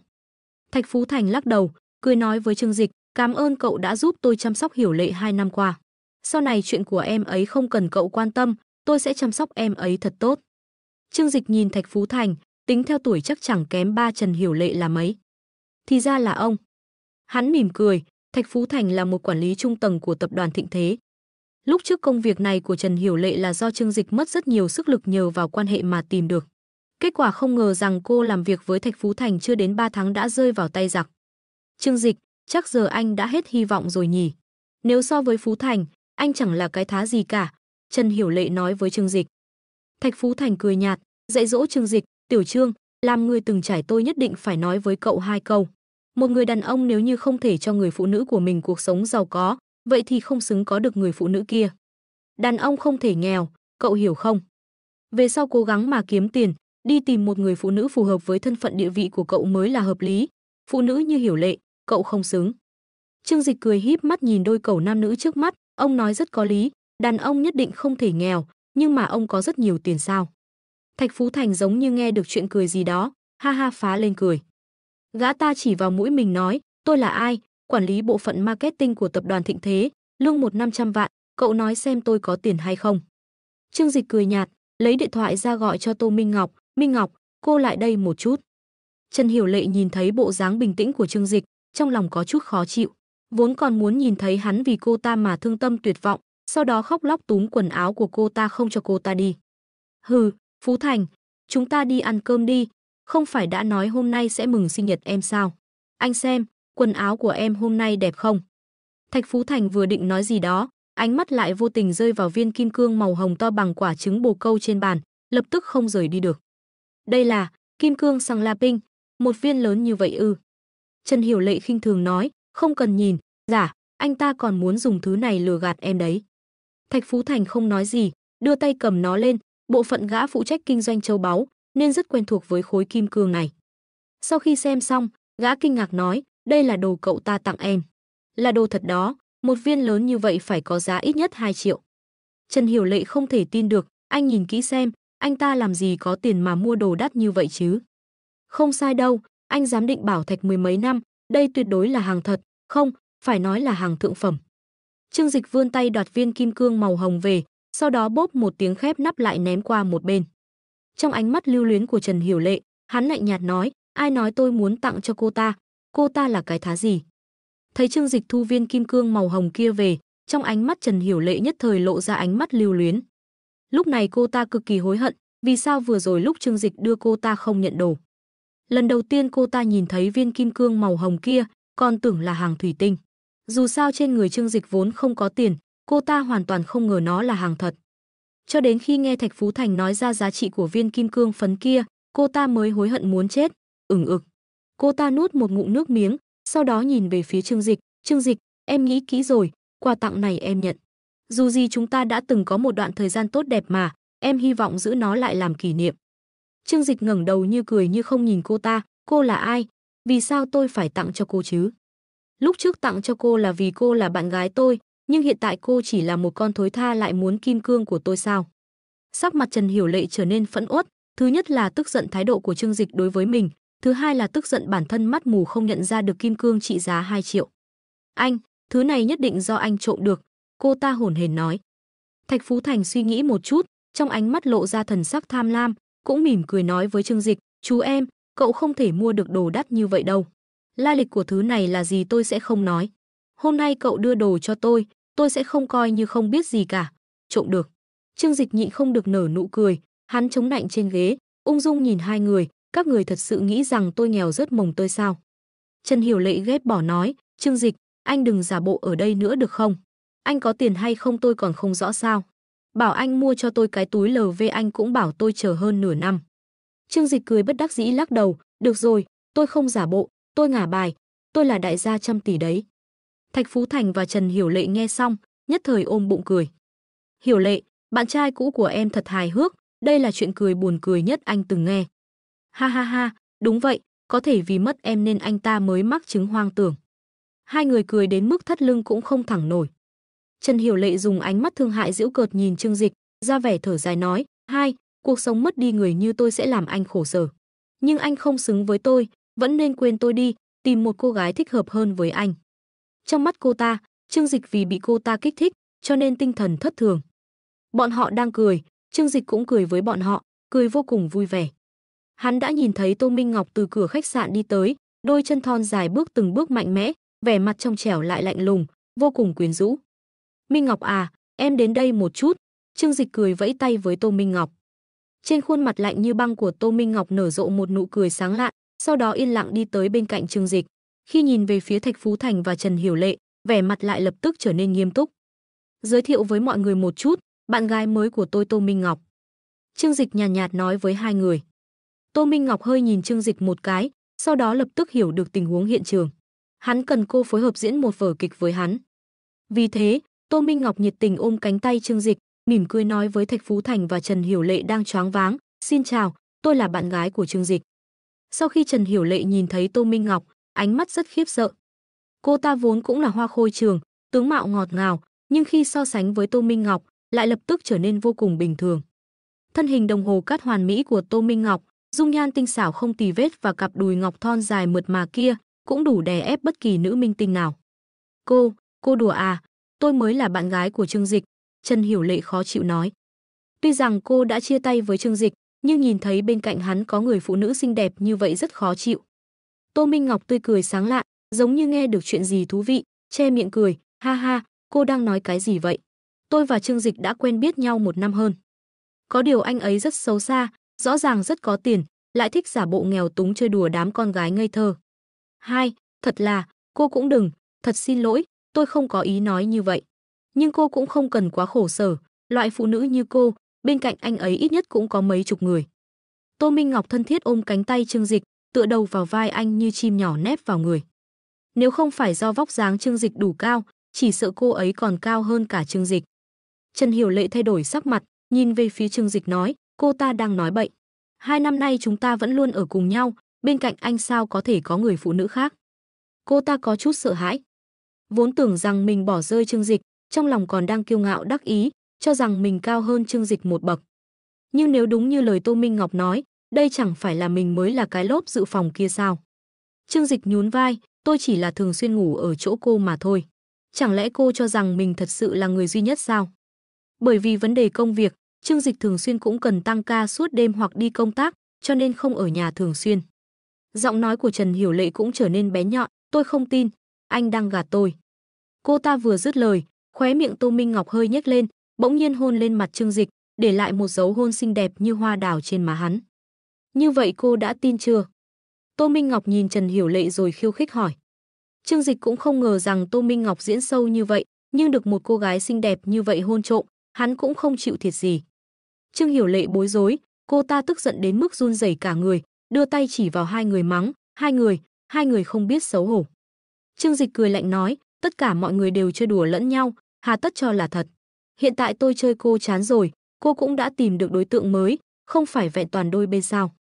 Mà Thạch Phú Thành vẫn luôn nhìn chằm chằm Tô Minh Ngọc, một lúc lâu sau, gã mới do dự hỏi, tiểu thư, xin hỏi cô tên là gì? Tô Minh Ngọc thản nhiên cười, Tô Minh Ngọc. Thạch Phú Thành nghe vậy sắc mặt đột biến, Tô Minh Ngọc. Chẳng lẽ cô là thư ký của Tổng Giám đốc Tập đoàn Thịnh Thế? Tô Minh Ngọc lạnh lùng nói, hơn nữa ngài Trương Dịch đứng trước mặt hai người đây, chính là Tổng Giám đốc tân nhiệm của Tập đoàn Thịnh Thế. Tô Minh Ngọc vạch trần thân phận hiện giờ của Trương Dịch. Điều này làm cho Trần Hiểu Lệ và Thạch Phú Thành sợ tới mức trợn mắt há hốc mồm, mất rất lâu mới bình tĩnh lại. Trần Hiểu Lệ khó hiểu nhìn Trương Dịch và Tô Minh Ngọc, xấu hổ cười nói, ha ha ha, cô đúng là hài hước, nói đùa cũng phải có chừng mực. Làm sao Trương Dịch có thể là Tổng Giám đốc Tập đoàn Thịnh Thế chứ? Ai mà chẳng biết Tập đoàn Thịnh Thế là xí nghiệp lớn nhất thành phố Thiên Hải chứ? Tô Minh Ngọc cao ngạo nheo mắt, khinh thường nhìn Trần Hiểu Lệ. Với thân phận của anh ấy, đúng là không cần phải để ý đến cô đâu. Dung mạo hay thân phận của cô đều không xứng với anh ấy, có thể quen biết anh ấy tận 2 năm chính là phúc khí tu mấy đời của cô. Hiện tại anh ấy đã chán cô rồi, cho nên sau này cô nên biết điều một chút, rời khỏi Trương Dịch đi. Tô Minh Ngọc không chút che giấu sự khinh miệt, từ trên cao nhìn xuống Trần Hiểu Lệ. Đối mặt với sự châm chọc khiêu khích của Tô Minh Ngọc, Trần Hiểu Lệ ngay cả dũng khí phản bác cũng không có. Bởi vì nếu so sánh cô ta và Tô Minh Ngọc so sánh, quả thực là cách biệt quá lớn. Đối phương chính là thư ký Tổng Giám đốc Tập đoàn Thịnh Thế, tốt nghiệp đại học hạng nhất thế giới, thân phận cao quý, nhan sắc thừa sức để đuổi cô ta ra tận mấy con phố. Ở trước mặt loại người này, làm sao cô ta có dũng khí phản bác? Lúc này hốc mắt cô ta hồng hồng nhìn về Thạch Phú Thành, kéo tay áo của gã, dáng vẻ đáng yêu ngọt ngào nói, anh yêu, cô ta dám nói em như vậy. Hiện tại cô ta chỉ có thể chờ mong quản lý cấp cao của công ty bên cạnh vì thích mình mà ra mặt giúp đỡ. Lúc trước Thạch Phú vì theo đuổi cô ta, đã dùng hết thủ đoạn, mỗi ngày đều mua một bó hoa hồng tặng cho cô ta, thậm chí ở trong phòng làm việc cũng bày tỏ tình yêu của mình. Vì cô ta, gã nhất định sẽ đứng ra giúp mình bác bỏ Trương Dịch và Tô Minh Ngọc. Nhưng vào lúc này, cô ta lại nghe được Thạch Phú Thành hít sâu một hơi, sau đó dùng sức hất cánh tay cô ta ra. Trương Tổng, thư ký Tô, các vị chớ nên hiểu lầm. Tôi và cô ta chỉ là quan hệ bình thường giữa cấp trên và cấp dưới, không phải như hai người suy nghĩ đâu. Thạch Phú Thành khom lưng luôn miệng xin lỗi, còn cách xa Trần Hiểu Lệ, dường như sợ dính vào bất cứ quan hệ gì với cô ta. Trần Hiểu Lệ ngây ngẩn cả người. Rõ ràng Thạch Phú Thành yêu mình như vậy, sao đột nhiên lại trở mặt? Thạch Phú Thành, tên khốn nhà anh nói sẽ yêu tôi cả đời. Trần Hiểu Lệ tức đến rơi lệ, túm lấy quần áo Thạch Phú Thành đánh gã. Bây giờ cô ta hiểu rất rõ, gã ta vì sợ quyền thế của Trương Dịch mà lựa chọn vứt bỏ cô ta. Trên mặt Thạch Phú Thành lộ ra thần sắc không kiên nhẫn, nhìn người phụ nữ cố tình gây sự này càng thêm tức giận. Tuy rằng gã thèm nhỏ dãi sắc đẹp của cô ta, nhưng vừa biết cô ta lại đắc tội với ông chủ của mình, lúc này trong lòng liền chán ghét cô ta. Bởi vì người phụ nữ này rất có thể làm cho gã mấy việc, hủy diệt tiền đồ của mình. Trần Hiểu Lệ đối với gã mà nói chỉ là một món đồ chơi, một khi liên quan đến lợi ích quan trọng của gã, đương nhiên sẽ bị gã vứt bỏ không chút lưu tình. Đủ rồi, cô bình tĩnh lại đi, tôi vẫn luôn đối xử với cô như cấp dưới, là cô suy nghĩ quá nhiều, Thạch Phú Thành rít gào. Quay mặt lại, gã lại lộ ra sắc mặt hèn mọn với Trương Dịch và Tô Minh Ngọc. Trương Tổng, thư ký Tô, các vị không thể tin lời nói một phía của cô ta. Cô gái này thèm tiền đến mức điên rồi, còn định quyến rũ tôi, sao tôi có thể bị mắc lừa được. Trần Hiểu Lệ tức giận đến mức cả người run rẩy, điên cuồng xé mặt Thạch Phú Thành, cào ra vài vết máu trên mặt gã. Thạch Phú Thành tức giận đẩy cô ta ngã xuống đất, còn dùng sức phủi phủi nơi mà cô ta đã chạm qua trên người mình, dường như sợ cô ta sẽ lây nhiễm dịch bệnh cho gã vậy. Trương Dịch và Tô Minh Ngọc đứng bên cạnh xem kịch vui, không hề có ý định nhúng tay. Thạch Phú Thành xấu hổ mỉm cười với Trương Dịch, "Trương Tổng, sự việc ngày hôm nay, hy vọng ngài đừng hiểu lầm." Khóe miệng Trương Dịch hiện ra một nụ cười lạnh khinh miệt. Lúc Thạch Phú Thành này vừa tới, còn vênh mặt hất hàm sai khiến, kết quả đã nhanh chóng sợ hãi rồi sao? Còn nói gì nữa, đàn ông nhất định không thể nghèo, tôi không xứng với cô ta, Trương Dịch châm chọc hỏi. Sắc mặt Thạch Phú Thành trở nên trắng bệch, sau đó nhẫn tâm tát hai cái vào mặt mình. Là tôi đáng chết, nói chuyện không có chừng mực. Xin ngài tha cho tôi một mạng, từ nay về sau tôi nhất định sẽ không liên hệ gì với cô gái này nữa. Một người phụ nữ chỉ có chút tư sắc mà thôi, chẳng là gì cả so với công việc của gã. Chỉ cần có tiền, gã cần hạng đàn bà nào chả có. Cho nên lúc này Thạch Phú Thành quyết đoán phủi sạch quan hệ với Trần Hiểu Lệ. Trần Hiểu Lệ nằm dưới mặt đất gào khóc, bi phẫn hét lên với Thạch Phú Thành, "Thạch Phú Thành, anh nói mới cưới tôi, rất yêu tôi cơ mà." Trong đầu của cô ta vẫn là những lời thề non hẹn biển mà Thạch Phú Thành hứa với cô ta. Bảo rằng muốn cưới cô ta, muốn mua một căn nhà lớn tại thành phố Thiên Hải cho cô ta. Còn nói sau này cô ta ở nhà làm phu nhân giàu có bảo mẫu hầu hạ, không cần quan tâm gì cả. Lúc tan tầm, gã còn hôn trán cô ta đồng ý chăm sóc cô ta cả đời cả kiếp, đáp ứng chiếu cố mình cả đời một kiếp. Hiện tại chưa đến 2 giờ, gã đã nhẫn tâm vứt bỏ cô ta. Trần Hiểu Lệ không chấp nhận được.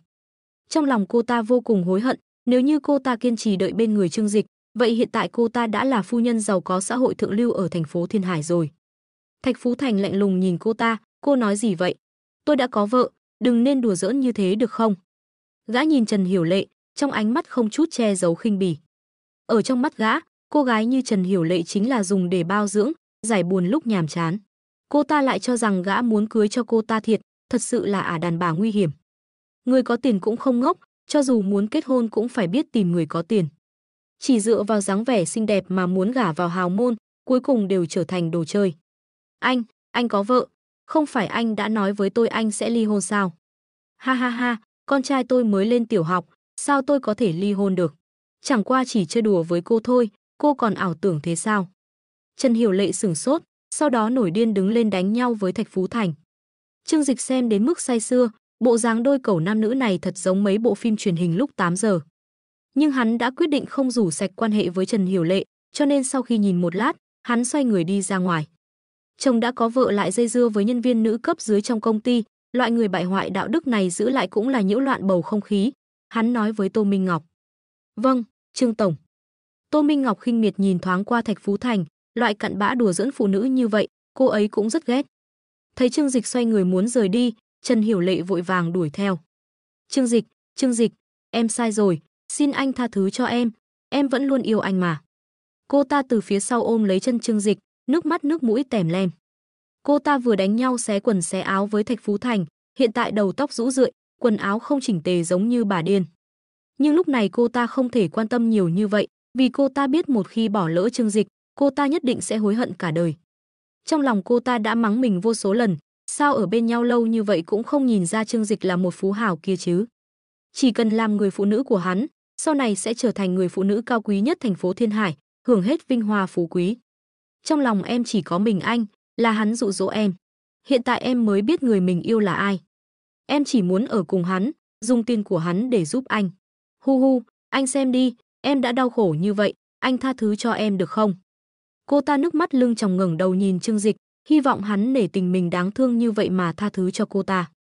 Trước kia lúc ở bên nhau, chỉ cần cô ta rơi nước mắt, Trương Dịch nhất định sẽ tới dỗ dành cô ta, lần này nhất định cũng là như vậy. Ai ngờ Trương Dịch lại ghét bỏ nhìn cô ta. Thứ lăng loàn thì vẫn lăng loàn, người ta mới dùng chút thủ đoạn thì cô đã tự bỏ qua. Người khác muốn mang giày rách, nhưng tôi thì không muốn. Còn nữa, cô chính phụ nữ ái mộ hư vinh, chưa từng thay đổi, sau này đừng để tôi gặp lại cô nữa. Trương Dịch muốn nhấc chân rời đi, nhưng không ngờ rằng Trần Hiểu Lệ lại không biết xấu hổ, ôm chặt lấy chân hắn, quỳ rạp dưới đất khàn giọng hô, em không cho anh đi. Anh không tha thứ thì em không buông, em yêu anh, vẫn luôn yêu anh. Cô ta cũng biết, buông tay ra thì núi vàng núi bạc sẽ không còn. Ánh mắt Tô Minh Ngọc trở nên vô cùng lạnh lẽo, cũng là phụ nữ cô còn chán ghét loại phụ nữ đê tiện không biết xấu hổ này hơn. Bảo vệ tới đây. Nhân viên phục vụ khách sạn đã sớm phát hiện ra động tĩnh này, sau khi nghe được giọng nói của Tô Minh Ngọc, lập tức có vài nhân viên bảo vệ tới. Tô Minh Ngọc chỉ vào Trần Hiểu Lệ lạnh lùng nói, nơi này có người đang quấy rối, hãy mang cô ta ra ngoài. Tô Minh Ngọc và Trương Dịch là khách quý, điểm này quản lý đã tự mình dặn dò qua. Cho nên mấy bảo vệ lập tức tới, mỗi người nâng một cánh tay một chân cô ta rồi ném ra ngoài. Mặc dù là như vậy, Trần Hiểu Lệ vẫn luôn gào to, Trương Dịch, em yêu anh, em mãi mãi yêu anh. Đời này ngoại trừ anh ra, em không yêu ai nữa. Trương Dịch nhìn thấy bộ dạng đáng thương lại đáng hận này của cô ta, hai tay tùy ý đút vào túi quần, khóe miệng nhếch lên nụ cười khinh miệt. Cô yêu tiền nhiều hơn. Thạch Phú Thành lầy bẩy, Trương Tổng, thư ký Tô, ngài xem tôi. Trương Dịch khoát tay áo, trở về chờ từ tức sa thải đi. Nói xong, không đợi Thạch Phú Thành khóc lóc, đã bị bảo vệ khiêng gã ra ngoài. Không có người quấy rối, trong khách sạn yên tĩnh hơn rất nhiều. Dàn nhạc vẫn chơi nhạc Trương tao nhã như trước, bọn họ vô cùng chuyên nghiệp, mặc kệ nơi này xảy ra chuyện gì, cũng không ngừng trình diễn. Trương Dịch thở dài một hơi, vẻ mặt thoải mái ngồi trở lại xuống ghế. Hắn nhìn thoáng qua rượu và thức ăn trên bàn, đưa tay mở chai rượu vang trị giá hơn 100 vạn ra, rót cho mình một ly. Tô Minh Ngọc nhìn dáng vẻ Trương Dịch lúc này, có chút lo lắng tiến lên hỏi, Trương Tổng, ngài không sao chứ? Trương Dịch ngẩng đầu, vừa vặn đối diện với khuôn mặt tinh xảo không tì vết của cô. Ma nữ băng sơn của tập đoàn Thịnh Thế, xinh đẹp, cao ngạo, dáng người còn đẹp hơn người mẫu cao cấp, cùng với khí chất nữ vương kia, làm cho bất kỳ người đàn ông nào từng gặp qua cô đều thèm nhỏ dãi. Lúc trước trong lòng Trương Dịch chỉ nghĩ đến Trương Hiểu Lệ, không chú ý nhìn cô. Lúc này đã chia tay với Trương Hiểu Lệ, mới chú ý tới việc cô ấy quyến rũ như thế nào. Hơn nữa lúc nãy còn phối hợp nhiệt tình như thế, đủ biết cô gái này rất thú vị. Trương Dịch mỉm cười, tôi không sao cả, ngồi đi, hôm nay vui vẻ, cùng tôi uống chút rượu. Bữa cơm này đáng giá mấy trăm vạn, nói thế nào cũng không thể lãng phí. Tô Minh Ngọc ngồi xuống trước mặt Trương Dịch rót cho cô một ly rượu, cạn ly. Hai người cũng ly, tiếng đàn violon tao nhã và khung cảnh xa hoa của Shangri-La, ly rượu này uống vô cùng ngọt ngào. Ánh mắt Trương Dịch có chút mê ly, đắm chìm trong cảnh tượng giật mình như mộng này. Nhưng vẻ mặt này rơi vào trong mắt Tô Minh Ngọc, lại trở thành bi thương. Tô Minh Ngọc nhìn Trương Dịch, khẽ nhíu mày, sau đó nói, Trương Tổng, với thân phận và địa vị của ngài, sau này có thể sẽ tìm được bạn gái ưu tú hơn cô ta. Cho nên, xin đừng vì thất tình mà khổ não. Trương Dịch nghe được câu này ngẩn người, lập tức phản ứng lại. Tô Minh Ngọc cảm thấy mình vì chuyện của Trần Hiểu Lệ mà mất hứng. Cô quá xem thường hắn rồi, Trương Dịch chưa yêu Trần Hiểu Lệ đến mức chết đi sống lại. Tuy rằng giữa hai người có chút tình cảm, nhưng đó cũng chỉ dừng lại ở phương diện lâu ngày sinh tình. Trước kia điều kiện gia đình của hắn bình thường, không có yêu cầu quá cao, chỉ cần phù hợp là được rồi. Đây cũng là suy nghĩ của đa số mọi người, cơ bản chính là nhu cầu cuộc sống và nhu cầu sinh lý thỏa mãn là được, ở đâu ra nhiều tình cảm như vậy. Hiện tại thiếu một Trần Hiểu Lệ chê nghèo yêu giàu, nhưng hắn đã là tỷ phú, về sau có rất nhiều cơ hội tìm rất nhiều phụ nữ. Cao hứng còn không kịp đâu, sao có thể khổ sở. Hắn hoảng hốt, là do mọi thứ hôm nay quá tốt đẹp khiến hắn cảm thấy giống như nằm mơ. Nghe Tô Minh Ngọc nói, hắn cười nói, khổ não. Làm gì có, quên đi, đừng nhắc đến cô ta nữa. Chai rượu vang Petrus Pomeron này có hương vị không tệ, chúng ta phải thỏa sức uống mới được. Hưởng thụ cuộc sống, đây mới là điều Trương Dịch muốn làm hiện tại. Tô Minh Ngọc nhìn nụ cười nhàn nhạt trên mặt Trương Dịch, lúc này mới yên lòng. Kỳ thật lần đầu tiên nhìn thấy Trương Dịch, cô đã có một loại cảm giác bị hấp dẫn. Tô Minh Ngọc cũng không rõ loại cảm giác này là cái gì, chỉ là theo bản năng muốn tiếp cận hắn một chút, cũng không hy vọng nhìn thấy hắn khổ sở. Đến đây, Trương tổng, hôm nay là ngày đầu tiên anh trở thành tổng giám đốc tập đoàn của chúng tôi chúc sự nghiệp của anh tiến thêm một bước. Về mặt tình cảm, cũng sẽ gặp được người phụ nữ tốt hơn. Đừng gọi tôi là Trương tổng, nghe không được tự nhiên. Lúc riêng tư cô cứ gọi tôi là Trương Dịch đi, nghe thân thiết một chút. Vậy, được rồi, Trương Dịch. Tô Minh Ngọc cười ngọt ngào, cô và Trương Dịch là bạn cùng lứa tuổi, trực tiếp gọi tên thật sự thoải mái hơn một chút. Hai người dùng xong bữa tối, Tô Minh Ngọc nói với Trương Dịch, tôi đưa ngài đến trang viên xem nhé. Lúc này Trương Dịch mới nhớ ra hệ thống có khen thưởng một trang viên tại khu Y. Khu IL là khu vực có phong cảnh đẹp nhất thành phố Thiên Hải, nơi có rất nhiều biệt thự giàu có. Khu biệt thự nổi tiếng thăng thần nhất phẩm nằm ở đó. Thế nhưng, nhà trọ cao cấp cũng được, biệt thự xa hoa cũng được, đối với phú hào có tiền mà nói đó cũng không phải nơi ở nghiêm túc gì. Phú hào đỉnh cấp chân chính đều có được trang viên tư nhân của mình. Trương Dịch vươn vai một cái, cười nói, được, tôi đang suy nghĩ tối nay ngủ ở đâu đây. Hôm nay hắn lười về nhà, nhất định là Trương Hiểu Lệ đang ở đó chờ hắn.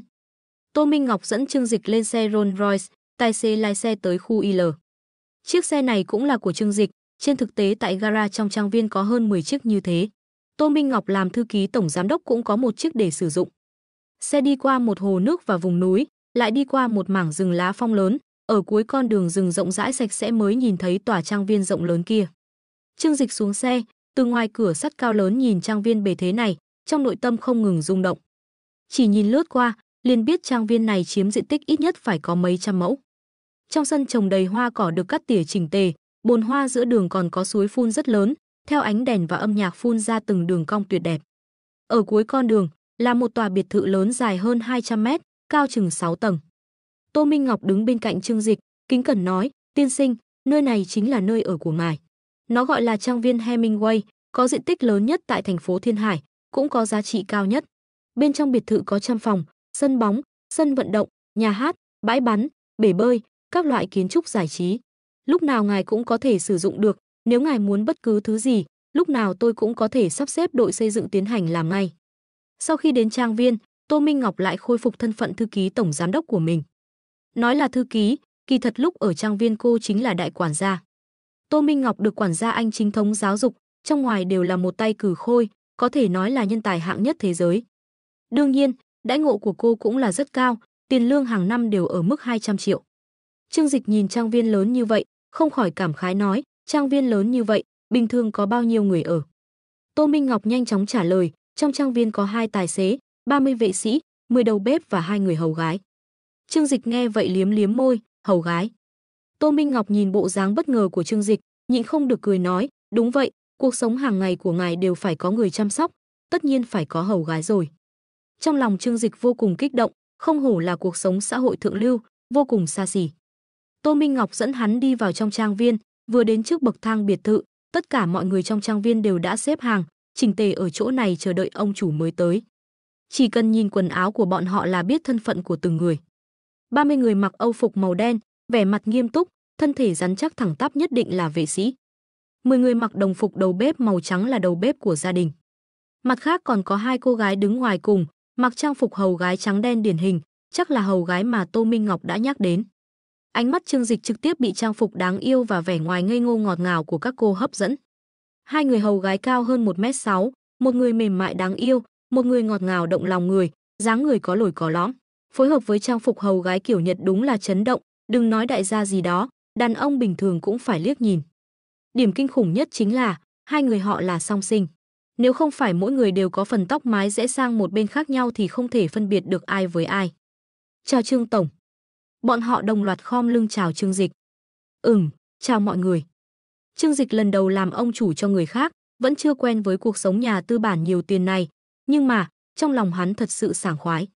Hắn tùy tiện dặn dò 2 câu, liền để cho bọn họ ai bận việc nấy. Những người khác đều về tới cương vị công tác của mình, 2 hầu gái xinh xắn đáng yêu ngoan ngoãn bước tới.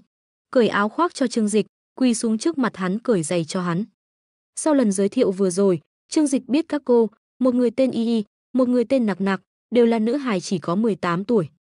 Lần đầu Trương Dịch hưởng thụ được người khác hầu hạ như vậy, thật sự có chút không thích ứng lắm. Nhìn Y Y kiễng chân đỏ bừng mặt cởi áo khoác cho mình, Nặc Nặc lấy giày thối của hắn xuống, không hề ghét bỏ chút nào. Cẩn thận tự tay mang dép lê cho hắn, Trương Dịch cảm thấy cả người sắp bay lên rồi. Tô Minh Ngọc cười ngọt ngào với Trương Dịch, tiên sinh, sắc trời đã tối, ngài nghỉ ngơi sớm một chút đi. Chờ ngày mai tôi sẽ dẫn ngài tìm hiểu sản nghiệp của ngài. Trương Dịch gật gật đầu, hôm nay hắn bận rộn một ngày cũng có chút mệt mỏi, dù sao còn nhiều thời gian, cũng không sốt ruột. Tô Minh Ngọc nói xong liền cáo từ, sau đó hai người hầu gái ngọt ngào mặt mang nụ cười ngượng ngùng đưa hắn lên phòng ngủ lầu 2. Chủ nhân, ngài muốn tắm rửa trước hay là ăn chút điểm tâm trước? Đôi mắt đẹp của Nặc Nặc híp lại thành hình trăng lưỡi liềm. Nhìn hai người hầu gái đáng yêu bên cạnh, Trương Dịch vô cùng thoải mái, xem ra cuộc sống sau này sẽ không tệ.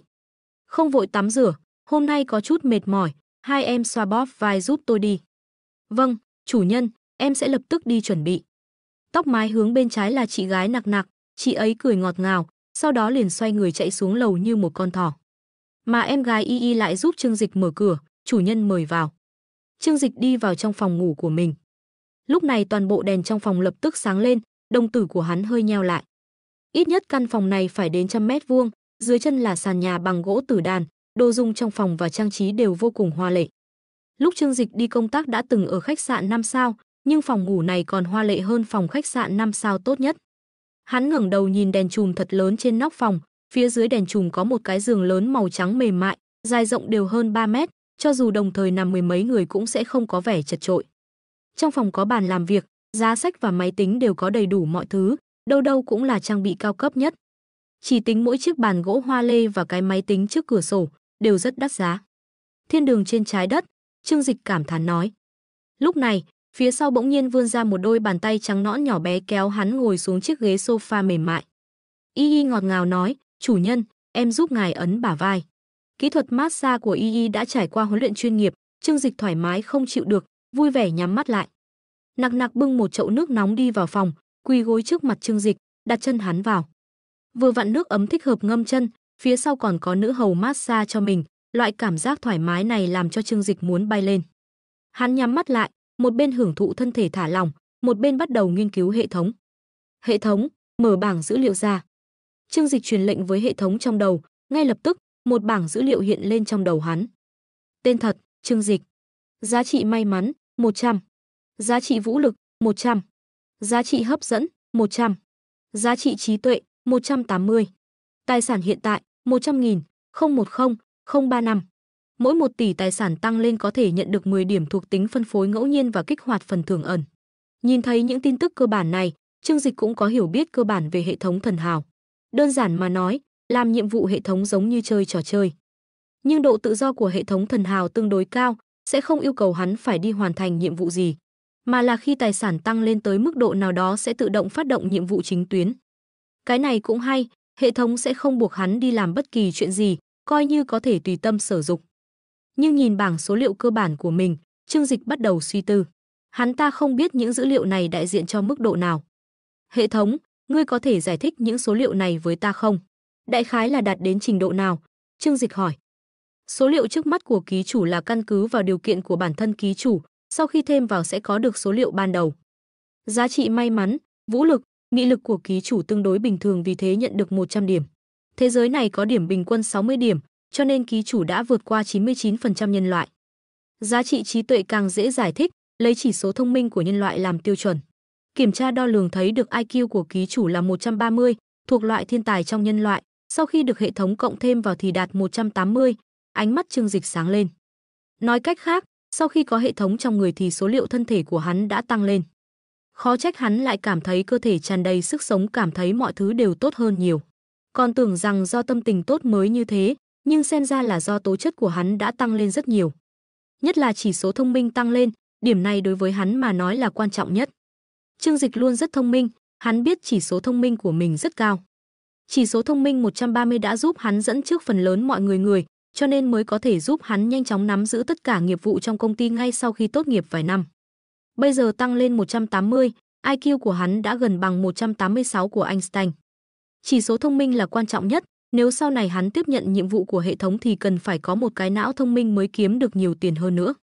Nhưng hiện tại thôi, khóe miệng Trương Dịch hơi nhếch lên, hắn không vội đi kiếm tiền. Vừa mới trở thành đại gia trăm tỷ, quá khứ nghèo hơn 20 năm, đương nhiên hắn phải hưởng thụ một chút chứ. Trương Dịch chậm rãi mở mắt, có một mùi thơm đặc biệt từ từ truyền vào trong mũi của hắn. Đây là Trương Dịch mở to hai mắt, đây là thứ gì vậy? Y Y đỏ mặt nói, đây là phương pháp massage kiểu Pháp, có thể giúp người ta giảm bớt áp lực, nâng cao tinh thần tỉnh táo. Trương Dịch hít sâu một hơi, sau đó vừa lòng sụi lơ trên sofa. Hắn vừa hưởng thụ sự hầu hạ của các cô, vừa trò chuyện cùng bọn họ. Nặc nặc, Y Y, ở tuổi này các em nên học đại học mới đúng, sao lại tới nơi này làm hầu gái chứ? Trương Dịch cũng có chút tò mò, hai nữ hầu này nhìn rất trẻ tuổi xinh đẹp, nếu như đi học khẳng định cũng là hoa khôi tại trường đại học. Vì sao không đi học, ngược lại còn làm hầu gái? Nghe được Trương Dịch nhắc đến vấn đề này, trên mặt hai nữ hầu có chút ảm đạm. Chị Nặc Nặc trả lời, chủ nhân, hai chị em chúng em thật ra là trẻ mồ côi, sau khi học xong trung học cơ sở thì không tiếp tục học nữa. Là Tô tiểu thư gọi chúng em tới, nói chỉ cần hầu hạ ngài thật tốt, sẽ bao ăn bao ở cho chúng em, còn trả tiền lương rất cao cho chúng em nữa. Trong mắt cô ấy lộ ra tia hy vọng, có thể thấy được cô ấy rất quý trọng công việc này. Trương Dịch nghe vậy trong lòng thở dài, giáo dục bắt buộc là miễn phí, nhưng sau trung học phổ thông thì cần thu học phí. Huống chi các cô ấy là cô nhi, còn phải đi làm nuôi sống chính mình, căn bản không có thời gian học tập. Hắn đưa tay xoa đầu Nặc Nặc, về sau cứ làm việc thật tốt ở đây, tôi sẽ không bạc đãi các em. Nặc Nặc ngọt ngào nở nụ cười với Trương Dịch, đúng vậy, chủ nhân. Nặc Nặc nhất định sẽ phục vụ ngài thật tốt. Y Y phía sau cũng vội vàng nói, còn em nữa, chủ nhân, Y Y cũng sẽ hầu hạ ngài thật tốt. Nặc Nặc làm chị gái đương nhiên sẽ hiểu chuyện hơn một chút. Cô ấy âm thầm nhìn thoáng qua Trương Dịch, bặm môi nói, chỉ cần chủ nhân dặn dò, dù là việc gì thì chúng em cũng sẽ giúp ngài thỏa mãn. Đãi ngộ ở trang viên Hemingway cao một cách khủng khiếp, mỗi tháng bọn họ nhận 3 vạn tiền lương, tương đương với tiền lương của thành phần trí thức cao cấp. Hai người bọn họ một không có bằng cấp, hai không có mạng lưới quan hệ, có thể giành được công việc thế này ở thành phố Thiên Hải nên rất quý trọng. Nặc Nặc cũng hiểu được ý nghĩa của việc trở thành một người hầu gái. Bởi vì thành phố Thiên Hải rất nhiều phú hào nuôi dưỡng nữ hầu trong nhà, ban ngày làm việc, buổi tối làm cái kia. Cho dù là như vậy, cũng có rất nhiều cô gái tranh nhau đi làm. Mới đầu các cô còn tưởng rằng chủ thuê là một ông già bụng phệ, trong lòng còn khẩn trương hồi lâu.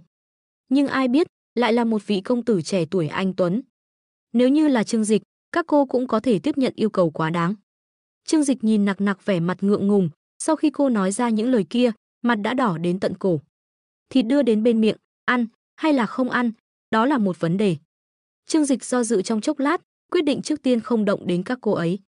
Bởi vì nếu hắn động vào cặp song sinh này, cảm giác kia giống như kiểu ăn bánh trả tiền.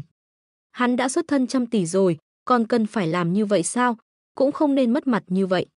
Dù muốn phụ nữ, tùy tiện đến hộp đêm giải tiền sẽ có một đống phụ nữ nhào lên người hắn. Nếu hai người hầu gái này là muốn hầu hạ mình, vậy cứ giữ lại đi, ăn hay không ăn sau hãy nói. Vì thế hắn nhắm mắt lại, thản nhiên nói, vậy các em cứ ấn huyệt cho tôi đi, hôm nay bận rộn cả ngày, chân mỏi nhừ rồi. Nặc Nặc kinh ngạc ngẩng đầu, Trương Dịch bình thản nằm xuống, tựa hồ nghe không hiểu ý tứ trong lời nói của cô ấy. Nhưng không thể như thế được, bởi vì chỉ cần là đàn ông, đều nghe hiểu được ý tứ trong lời nói của cô ta. Giải thích duy nhất chính là, Trương Dịch sẽ không vì phát lương mà lợi dụng bọn họ. Nặc Nặc và Y Y liếc nhau, trong lòng đều thở phào nhẹ nhõm, nhưng ánh mắt nhìn về phía Trương Dịch càng nhu hòa. Sau khi massage xong, Trương Dịch bảo hai người hầu gái lui ra trước. Tuân lệnh, chủ nhân, ngài có gì cần dặn dò chỉ cần dùng điện thoại ở đầu giường gọi cho chúng tôi là được, chúng tôi sẽ tới bất cứ lúc nào, Nặc Nặc và Y Y lễ phép nói. Trương Dịch liếc qua đầu giường, có một chiếc điện thoại để bàn kiểu cổ màu vàng đang được đặt ở đó. Lúc đầu hắn còn thắc mắc, bây giờ mọi người đều đã dùng điện thoại di động, tại sao trong phòng hắn lại có điện thoại để bàn. Giờ hắn mới hiểu, thì ra cái này dùng để liên lạc với người hầu trong nhà. Tôi biết rồi. Trương Dịch phất tay một cái, hai người hầu gái đáng yêu lập tức rời khỏi phòng. Trương Dịch xỏ dép lê, đi tới trước cửa sổ rồi ngồi xuống. Hắn lấy điện thoại di động ra, điều đầu tiên hắn nghĩ đến trong đầu chính là người nhà của mình. Gia đình hắn rất bình thường, cha mẹ đều buôn bán nhỏ lẻ ở nông thôn, trong nhà còn có hai chị em gái. Nhà hắn vẫn luôn nghèo khó, ở nông thôn cũng là gia đình bình thường đến không thể bình thường hơn. Khi Trương Dịch còn rất nhỏ, hắn đã là hy vọng của cả nhà, gia đình đều trông cậy hắn học xong đại học có thể dốc sức lập nghiệp trên thành phố. Hắn đi làm đã nhiều năm, nhưng vẫn không kiếm được tiền. Bây giờ đã có tiền rồi, đương nhiên phải cải thiện cuộc sống của gia đình một chút. Thế là hắn lấy điện thoại di động ra, trực tiếp chuyển cho gia đình 500 vạn tệ. Sau khi làm xong, hắn bấm số điện thoại của nhà. Alo, Tiểu Dịch à, đầu dây bên kia là mẹ hắn bắt máy. Con không sao chứ, chuyện buổi sáng mẹ nói với con có thể hơi khó nghe, con đừng giận mẹ nhé. Giọng nói có chút lo lắng của mẹ truyền đến từ đầu dây bên kia. Buổi sáng, Trương Dịch có gọi điện thoại cho mẹ để bàn chuyện từ chức, nhưng kết quả là bà ấy lại cật lực khuyên can hắn. Bởi vì lúc ấy trong lòng Trương Dịch rất khó chịu, cho nên lời nói có chút qua loa, sau đó còn trực tiếp cúp điện thoại. Bà ấy cũng ý thức được con trai mình đang tức giận, cho nên lúc này mới mở miệng an ủi hắn. Suy cho cùng thì, trên đời đâu có bậc cha mẹ nào lại không muốn con cái mình sống tốt. Trương Dịch khẽ mỉm cười, lúc này hắn đã không còn giận nữa. Cha mẹ hắn đều là người nông thôn, đương nhiên trình độ học vấn không cao, kiến thức của bọn họ cũng chỉ hạn chế ở 20-30 năm trước, làm sao bản thân có thể trách họ được. Không sao đâu mẹ, là do buổi sáng con không nói rõ ràng với mẹ, thật ra con đã nghỉ việc lâu rồi, bây giờ con đang tự mình gây dựng sự nghiệp. Cái gì? Tự thân lập nghiệp sao? Trời ơi, như vậy quá mạo hiểm, mẹ hay xem tin tức nói khởi nghiệp thất bại còn thua lỗ tiền trăm chục triệu đấy. Nhà chúng ta cũng không có tiền, tốt nhất con vẫn nên đi làm thật ổn định đi đã. Trương Dịch nở nụ cười, mẹ yên tâm, bây giờ con đã kiếm được rất nhiều tiền rồi. Vừa rồi con mới chuyển cho mẹ 500 vạn, mẹ kiểm tra xem đã nhận được chưa nhé. Cái gì cơ? 500 vạn? Con trai, con đừng trêu mẹ nữa, 2 ngày này nghỉ ngơi cho tốt đi, chắc là gần đây con đang áp lực quá đấy. 2 ngày tới mẹ sẽ bảo em con qua chăm sóc cho con muốn dành thời gian đến bệnh viện kiểm tra một chút không? Nhất thời Trương Dịch không nói nên lời, mẹ hắn còn tưởng rằng con trai mình bị áp lực quá lớn cho nên thần kinh không ổn định. 500 vạn, cả đời hai vợ chồng bọn họ cũng không kiếm được nhiều tiền như thế, con trai mới tốt nghiệp đại học 2-3 năm, làm sao có thể kiếm được nhiều như vậy. Trương Dịch thở dài bất lực, nhưng bà ấy phản ứng như vậy cũng là chuyện thường tình, bởi vì được mấy ai có thể tin được bây giờ hắn đã có thể kiếm được 500 vạn. Nhưng sự thật là, tài sản của hắn hiện tại trị giá 20.000 lần 500 vạn. Mẹ xem tin nhắn của ngân hàng là biết, Trương Dịch nói. Đầu bên kia yên tĩnh trong chốc lát, đột nhiên truyền đến một tiếng ôi, kinh ngạc của mẹ hắn. Con trai, con đã làm gì ở bên ngoài thế? Chúng ta không thể làm chuyện trái pháp luật được đâu, có nghèo cũng phải nghèo cho sạch chứ. Mẹ Trương Dịch căng thẳng nói, bà đã nhận được tin nhắn thông báo của ngân hàng, đúng thật trong tài khoản ngân hàng đã có thêm 500 vạn. Một khoản tiền lớn như vậy, khiến bà không khỏi cho rằng con trai mình đang buôn bán mờ ám. Mẹ yên tâm đi, đây đều là làm ăn đàng hoàng mà kiếm được. Không phải con làm trong ngành tài chính sao, những thứ này đều kiếm được nhờ đầu tư cổ phiếu. Nếu mẹ không tin, mẹ cứ quay lại công ty của bọn con mà xem, bây giờ con đã là ông chủ rồi, Trương Dịch giải thích. Nghe Trương Dịch nói là đang đầu tư cổ phiếu, lúc này bà mới yên lòng. Bởi vì ngay cả một người phụ nữ sống ở nông thôn như bà, cũng đã từng nghe nói đầu tư cổ phiếu kiếm được rất khá, kiếm hàng chục, hàng trăm triệu chỉ trong một đêm là chuyện bình thường. Ồ, thì ra là vậy, nhưng con cũng phải cẩn thận một chút, nghe nói đầu tư cổ phiếu kiếm tiền nhanh, mà thua lỗ cũng nhanh. Rất nhiều ông chủ lớn đều vì đầu tư cổ phiếu mà táng ra bại sản đấy. Ừ, con hiểu, tiền này mẹ cứ yên tâm mà tiêu, nhà của chúng ta cũng nên sửa sang lại một chút. TV, tủ lạnh gì đó đều đổi mới hết đi. Con ở trên thành phố dùng đồ tốt quen rồi, nếu mẹ không đổi đồ mới con về lại thành không quen. Trương Dịch hiểu rõ tính cách của cha mẹ mình, cả đời bọn họ đã sống trong nghèo khổ. Cho dù đột nhiên có được một khoản tiền lớn bọn họ cũng không nỡ tiêu, còn tính đến chuyện giữ lại cho mình để cưới vợ. Chỉ khi nói rằng tiền này là tiêu cho mình, bọn họ mới bỏ được ý nghĩ ấy. Được, con trai mẹ thành đạt rồi, mẹ nhất định sẽ nghe lời con. Đầu dây bên kia, mẹ hắn đã cười rất vui. Trên đời không có cha mẹ nào lại không mong muốn con mình có một tương lai tươi sáng, mong con mình thành đạt là mong ước chung của các bậc cha mẹ. Hôm nay nhìn thấy đứa con trai mình nuôi dưỡng hơn 20 năm đã thành công, thậm chí mẹ Trương Dịch ở đầu bên kia đã khóc vì vui mừng. Trương Dịch nghĩ đến cha mẹ vất vả nhiều năm, đầu mũi cũng có chút chua xót. Mẹ, sau này chúng ta có tiền rồi, muốn ăn cái gì thì ăn cái đó, muốn mua cái gì thì mua cái đó, tiền của con trai mẹ tiêu không hết được. Ừ, con yên tâm, mẹ với ba con ở nhà rất tốt, không thiếu cái gì cả. Nói dối. Trương Dịch nói thầm trong lòng, hắn biết rõ chỉ khi có mình về nhà cha mẹ mới làm đồ ăn ngon, hơn nữa đều để cho hắn ăn trước. Có lần hắn không báo trước với người nhà, trở về lấy quần áo mùa đông, kết quả lại bắt gặp cơm trưa của cha mẹ chỉ có cháo trắng, bánh bao và dưa muối đơn giản.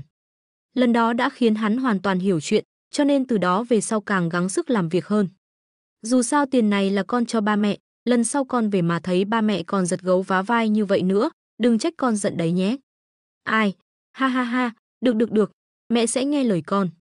Gọi điện thoại về nhà xong, Trương Dịch lại nghĩ đến chị cả và em gái của mình. Chị gái hắn đã lấy chồng, có mở một quán ăn nhỏ ở nhà, cuộc sống miễn cưỡng có thể gọi là tạm chấp nhận được. Còn cô em gái thì đang theo học tại trường Đại học Hải Phong có tiếng ở thành phố Thiên Hải, năm nay sẽ tốt nghiệp.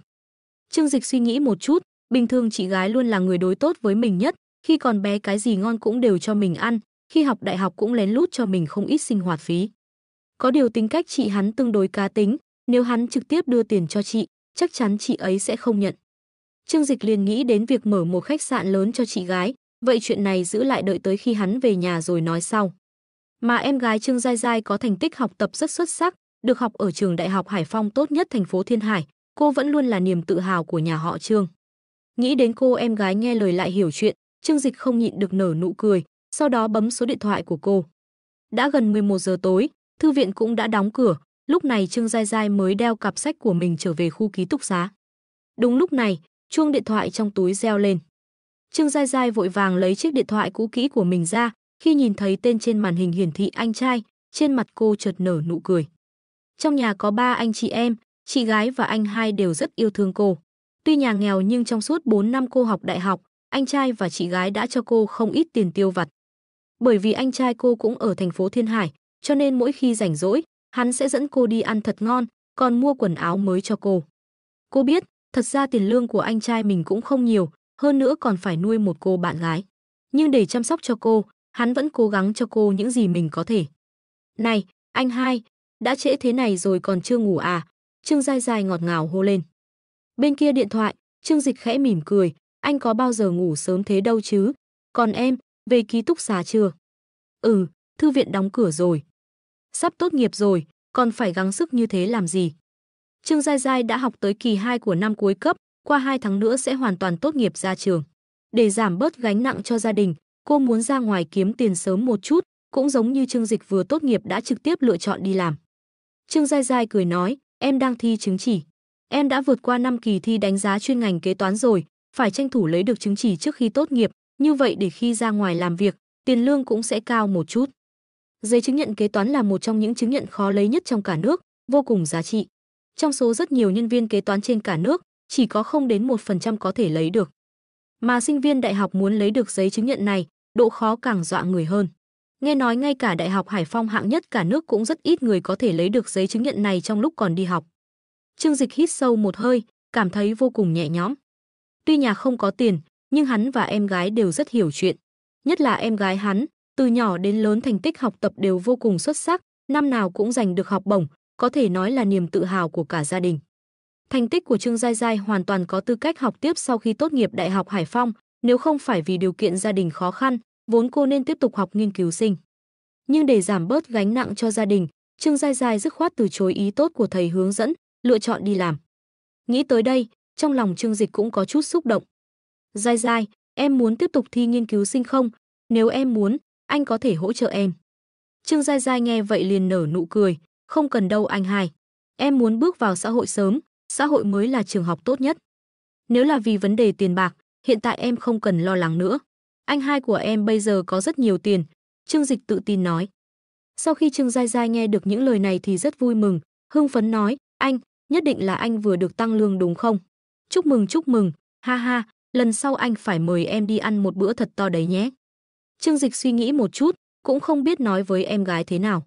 Học vấn của mẹ hắn không cao, chỉ cần nói dăm ba câu là bà tin, nhưng em gái mình lại là sinh viên top đầu của Đại học Hải Phong, không dễ lừa được. Hắn chỉ có thể mơ hồ nói, không phải tăng lương, dăm ba câu nói không thể giải thích rõ ràng cho em được, dù sao thì hiện tại anh đang rất giàu. Chỉ cần em nguyện ý thi nghiên cứu sinh, tiền bạc tuyệt đối không thành vấn đề. Trương Giai Giai sửng sốt một chút, lập tức mỉm cười, anh hiểu lầm rồi. Thật ra em không muốn thi nghiên cứu sinh, một phần nguyên nhân cũng có liên quan đến chuyên ngành của em. Em học kế toán, tuy rằng tiếp tục thi nghiên cứu sinh thì ra ngoài tìm việc sẽ rất hữu ích, nhưng ngành kế toán coi trọng kinh nghiệm và năng lực hơn. Bây giờ em đã sắp lấy được chứng chỉ kế toán rồi, điều này còn có thể chứng minh trình độ của em còn hơn cả bằng nghiên cứu sinh. Chỉ cần ra xã hội tôi luyện thêm nữa, nhất định sẽ hữu dụng hơn chịu khổ thêm 3 năm ở đại học. Trương Dịch không khỏi gật đầu. Em gái mình vô cùng sáng suốt, quả thực những điều mà sinh viên đại học, cao học ở nước Hoa Hạ được học ở trường đều rất có giá trị. Nhất là chuyên ngành của cô, càng chú trọng giấy chứng nhận và kinh nghiệm, cho nên ra xã hội sớm một chút dốc sức làm việc cũng không phải chuyện xấu. Vậy được rồi, em đã quyết định thì chắc chắn anh hai sẽ ủng hộ em. Mới ra ngoài làm việc sẽ tương đối vất vả, anh chuyển một ít tiền tiêu vặt cho em dùng trước. Nếu sau này không đủ cứ thoải mái nói với anh, nhớ cho kỹ là, bây giờ anh rất giàu, em không cần oan ức bản thân nữa. Trương Dịch nói xong liền chuyển 10 vạn đồng cho em gái. Cô vẫn còn là sinh viên, Trương Dịch không dám cho cô quá nhiều tiền, sợ đến lúc đó cô nhiều tiền quá sẽ hình thành tật xấu. Trương Giai Giai lại nói, anh, không cần đâu, em đã tìm được việc làm rồi, ngay tại trụ sở của tập đoàn Thịnh Thế lớn nhất thành phố chúng ta. Hơn nữa bây giờ anh yêu đương cũng rất cần tiền, không cần cho em nữa đâu. Trương Giai Giai rất hiểu chuyện, sợ Trương Dịch cho mình tiền sẽ khiến bạn gái hắn không vui. Trương Dịch thản nhiên nói, không sao đâu, anh và Trần Hiểu Lệ đã chia tay rồi. Tiền này em cứ thoải mái mà dùng, nhân tiện, em vào trụ sở của tập đoàn Thịnh Thế rồi sao? Ánh mắt Trương Dịch sáng lên. Tập đoàn Thịnh Thế là tập đoàn lớn nhất thành phố Thiên Hải, tiêu chuẩn trúng tuyển vô cùng nghiêm ngặt. Việc em gái mình có thể trúng tuyển, chứng tỏ năng lực của cô không thể đùa được, làm thân anh trai này cũng rất vui mừng. Nhưng điều làm hắn còn vui hơn là em gái lại gia nhập công ty của mình, vậy là hắn có thể âm thầm giúp đỡ cô, để cô nhanh chóng trưởng thành. Sau này trong tập đoàn, mình cũng có thêm một cánh tay phải nữa. Anh chia tay rồi á? Cũng tốt. Thật ra em đã sớm nói Trần Hiểu Lệ và anh không hợp nhau chút nào rồi. Ha ha, 2 ngày trước em mới đi phỏng vấn, hôm nay họ đã gửi đề nghị cho em. Đang nói chuyện, tin nhắn thông báo của ngân hàng đã tới. Trương Giai Giai còn tưởng rằng anh trai cho mình 1-2 ngàn gì đó, rất vui vẻ mở tin nhắn ra xem. Nhưng khi mở ra xem, bên trên thông báo, tài khoản ngân hàng Hoa Phong của bạn đã cộng 10 triệu, số dư hiện tại là 10 triệu. Điện thoại di động trong tay Trương Giai Giai suýt chút nữa rơi xuống đất. Anh, sao anh lại gửi cho em nhiều tiền như thế? 10 triệu, nhìn nhiều số không như vậy ở phía sau, Trương Giai Giai thất kinh, cha mẹ mình buôn bán 2 năm trời cũng không kiếm được nhiều tiền như vậy. Sinh hoạt phí bình thường của Trương Giai Giai là 800 tệ một tháng, tài khoản của cô chưa từng có quá 5 chữ số. Hiện tại đột nhiên lại có thêm một khoản tiền lớn, làm cho cả người cô đều choáng váng. Có phải anh chuyển nhầm rồi không? Thừa mất 2 số không? Em sẽ chuyển lại cho anh ngay đây. Trương Dịch biết rõ biểu cảm của Trương Giai Giai lúc này, hắn chỉ thản nhiên nói, cứ cầm đi. Còn chuyện cụ thể em đừng hỏi, anh chỉ có thể nói với em là lai lịch số tiền này hoàn toàn đứng đắn. Hơn nữa bây giờ anh đã có rất nhiều tiền, em không cần phải đau lòng cho anh đâu. Vừa dứt lời, hắn lại bổ sung một câu, nhớ cho kỹ đây, Giai Giai. Từ nay về sau, nhà chúng ta là người có tiền, cho nên không cần tiếc tiền như trước kia nữa, hiểu chưa? Trương Giai Giai vô cùng hưng phấn, nhất thời nói không ra lời, nắm chặt điện thoại di động không ngừng gật đầu.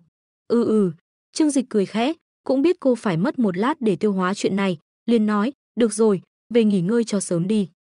Nói xong, hắn liền cúp điện thoại. Sau khi kết thúc cuộc trò chuyện với anh trai, Trương Giai Giai ở đầu bên kia vui như nở hoa. Cô vừa mới nhận được thư mời nhận việc của tập đoàn Thịnh Thế, lại biết được anh trai mình mới phát tài, đón 2 tin mừng trong cùng một ngày, làm sao không vui cho được. Cô ngâm nga hát, vui vẻ trở về phòng ký túc xá của mình. Khi chuẩn bị mở cửa, cô chợt nghe được tiếng cười đùa của 3 người bạn cùng phòng bên trong, nhưng khi cô đẩy cửa ra, tiếng cười bên trong lại im bặt. Lúc này, một người bạn cùng phòng tên Lưu Nguyệt đang ngồi trên ghế sơn móng tay, bắt đầu nói kháy, "Uầy, học bá của chúng ta về rồi kìa. Sắp tốt nghiệp rồi mà vẫn còn chăm chỉ được như thế, tuyệt vời quá đi à." Hai người bạn cùng phòng khác là Trịnh Văn và Lý Điềm Nhi cũng phát ra tiếng cười mỉa mai. Trương Giai Giai thấy vậy, trong lòng có chút buồn tủi. Phòng ký túc xá của cô có 4 người, ngoại trừ cô là người nông thôn ra, 3 người còn lại đều là người Thiên Hải. Từ khi cô mới lên đại học, 3 người này vì thân phận người nông thôn của cô mà vô cùng xa lánh cô. Bình thường 3 người luôn dính lấy nhau, không ít lần đối xử với cô như sinh vật lạ. Hơn nữa Trương Giai Giai học tập vô cùng chăm chỉ, hễ có thời gian là chạy đến thư viện ngồi học, bình thường cũng không đi chơi cùng bọn họ, càng khiến cho 3 người không thích cô hơn. Trương Giai Giai mím môi, tuy trong lòng có hơi tức giận, nhưng cô lại không biểu hiện ra ngoài.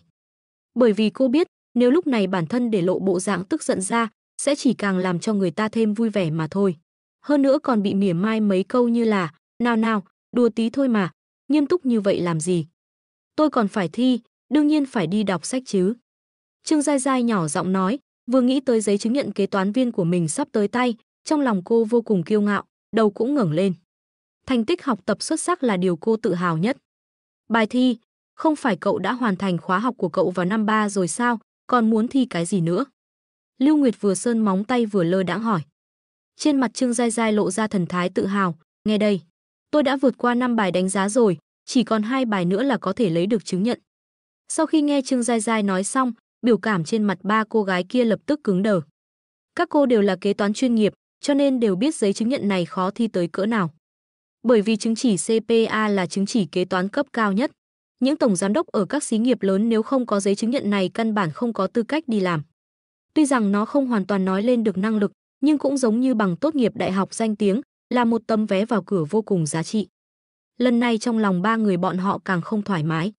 Trong 4 năm đại học, bọn họ cùng nhau ăn uống chơi đùa vui vẻ, người vẫn luôn bị coi thường nhất chính là Trương Giai Giai, một kẻ mọt sách chỉ biết đọc sách.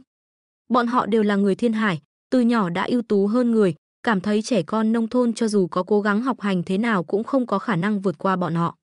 Giống như hôm nay, mỉa mai cô là học bá là chuyện bọn họ thường làm trong suốt 4 năm qua, còn coi đó như là một thú vui.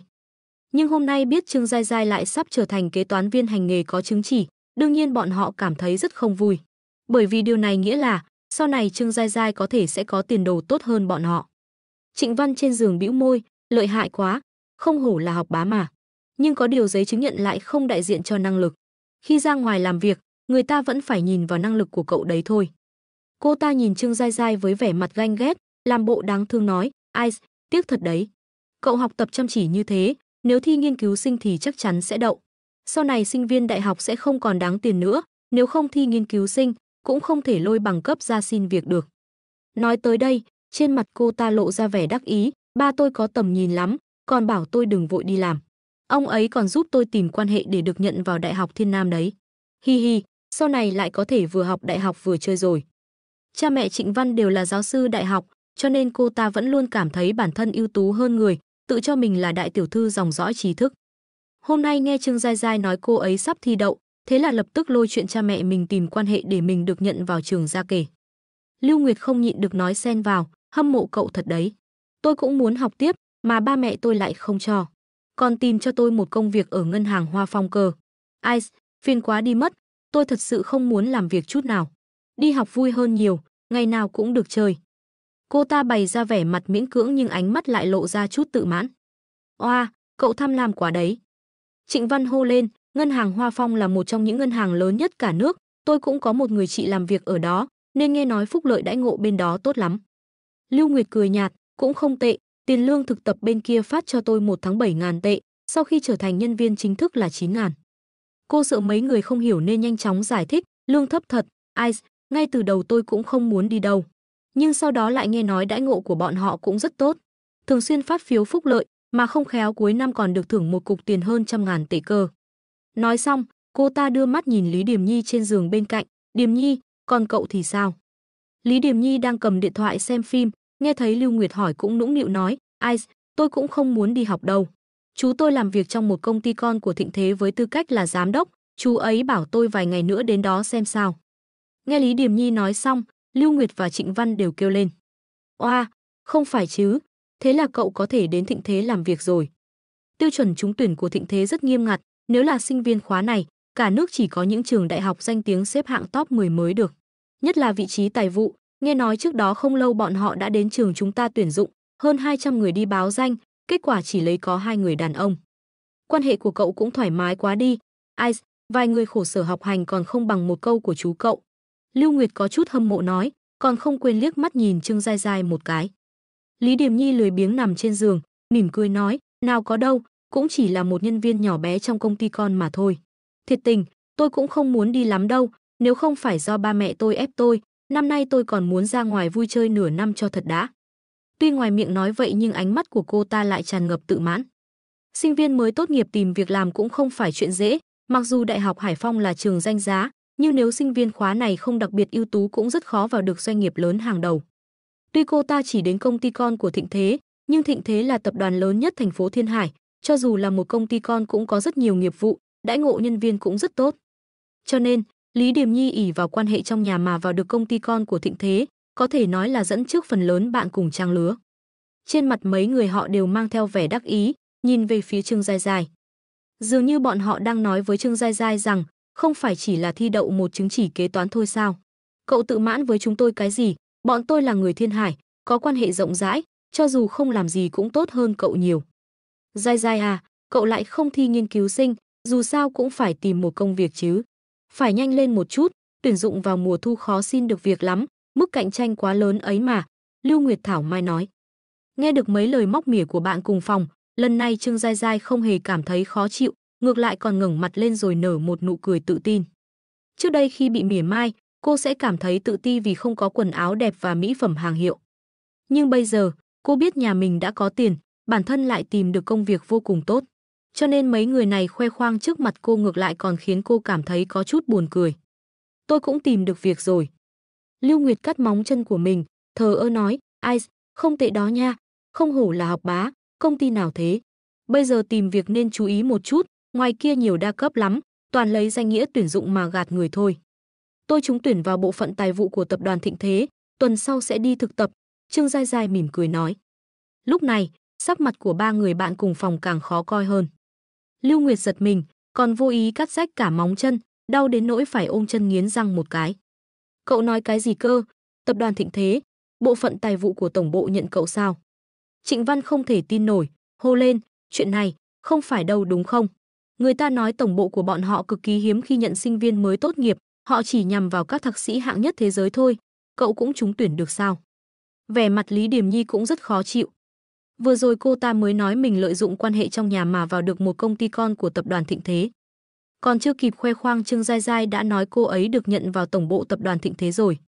Khoảng cách giữa công ty con và tổng bộ không chỉ là một chút xíu thôi đâu. Lấy trường học làm ví dụ, nếu bạn tốt nghiệp Đại học Hải Phong, ra ngoài mọi người đều biết bạn là sinh viên ưu tú. Nhưng nếu nói bạn tốt nghiệp trường tiểu học trực thuộc Hải Phong, người ta chỉ có thể nói thành tích tiểu học của bạn khá tốt mà thôi. Lưu Nguyệt ôm ngón chân cái của mình, ánh mắt nhìn Trương Giai Giai đã có chút thay đổi. Trương Giai Giai, cậu trúng tuyển vào tổng bộ tập đoàn Thịnh Thế sao? Có thật không vậy? Hiển nhiên là cô ta không tin, cũng không muốn tin con nhỏ quê mùa này lại là người thành đạt nhất trong phòng này. Vào tổng bộ tập đoàn Thịnh Thế, cho dù chỉ là một nhân viên nhỏ nhất, vậy cũng tương đương một bước lên mây. Làm quản lý cấp trung ở đó, lương 1 tháng 5 600.000 tệ như chơi. Dù có làm ở đó vài năm, cũng vẫn có thể làm các chức vụ cấp cao ở các công ty khác sau khi rời khỏi đó. Nếu Đại học Hải Phong là một ngôi trường nổi tiếng trong giới giáo dục, thì tập đoàn Thịnh Thế cũng là một thế lực nổi tiếng trong xã hội. Lý Điềm Nhi nói, cho bọn tôi xem thư mời nhận việc của cậu đi. Nhìn vẻ mặt của cô ta cũng không quá sẵn sàng tin tưởng. Trương Giai Giai liền lấy điện thoại ra, mở thư mời nhận việc của mình ra cho bọn họ xem. Sau khi mấy người thay phiên nhau xem thư mời nhận việc đến từ tập đoàn Thịnh Thế xong, lúc này mới thật sự tin vào sự thật khiến các cô ganh tị này. Xem xong điện thoại di động, lại nhìn về phía con mọt sách quê mùa này, trong lòng bọn họ vô cùng khó chịu. Thật không hổ là học bá, cậu lợi hại thật. Lưu Nguyệt vừa cười vừa nói, nhưng giọng điệu đã bắt đầu hòa hoãn không ít. Bởi vì Trương Giai Giai sẽ vào tập đoàn Thịnh Thế, sau này rất có thể sẽ trở nên triển vọng hơn, nói không chừng mình còn phải tìm cô ấy giúp đỡ. Trịnh Văn cũng là nặn ra vẻ mặt tươi cười, ôi trời ơi, cậu tuyệt thật đấy Giai Giai. Tôi đã nói rồi mà, học bá của chúng ta đọc sách đều mỗi ngày, nhất định sau này sẽ thành công cho mà xem. Chỉ có Lý Điềm Nhi xám xịt mặt mày, không nói một lời. Bởi vì lúc này Trương Giai Giai đã vô tình cướp đi ánh đèn sân khấu của cô ta, khiến cô ta vô cùng khó chịu. Nếu đã tìm được công việc tốt như thế, vậy nhất định phải mời bọn tôi ăn bữa cơm chứ nhỉ. Lý Điềm Nhi trợn mắt, lại tiếp tục giở trò. Cô ta biết điều kiện gia đình Trương Giai Giai không được tốt, tới bữa đều ăn đồ rẻ tiền trong canteen, quần áo giày dép cũng không có hàng hiệu, tất cả đều là hàng vỉa hè. Bình thường khi mấy người trong ký túc xá cùng đi chơi, cô cũng chưa bao giờ đi theo. Cho nên Lý Điềm Nhi cố ý nói như vậy, chính là muốn Trương Giai Giai không lên đài được nữa. Lưu Nguyệt và Trịnh Văn vừa nghe vậy cũng cao hứng vỗ tay, hét lên, đúng thế, cậu tìm được công việc tốt chắc chắn phải đãi rồi. Cơ hội ăn trực tốt như vậy, đương nhiên hai người không muốn bỏ lỡ. Trương Giai Giai do dự một chút, cô không muốn ăn cơm với mấy người này. Mặc dù đã sống cùng nhau 4 năm, nhưng cô biết ba người bạn cùng phòng này vẫn luôn coi thường cô, cũng không muốn chơi với cô. Nhưng trong ký túc xá đại học có một quy định là, bất cứ ai gặp chuyện tốt gì cũng đều phải chiêu đãi một bữa cơm. Lúc trước, mấy người Lưu Nguyệt cũng dẫn cô ra ngoài ăn, nếu cô không mời lại bọn họ, chắc chắn bọn họ sẽ nói xấu mình khắp nơi.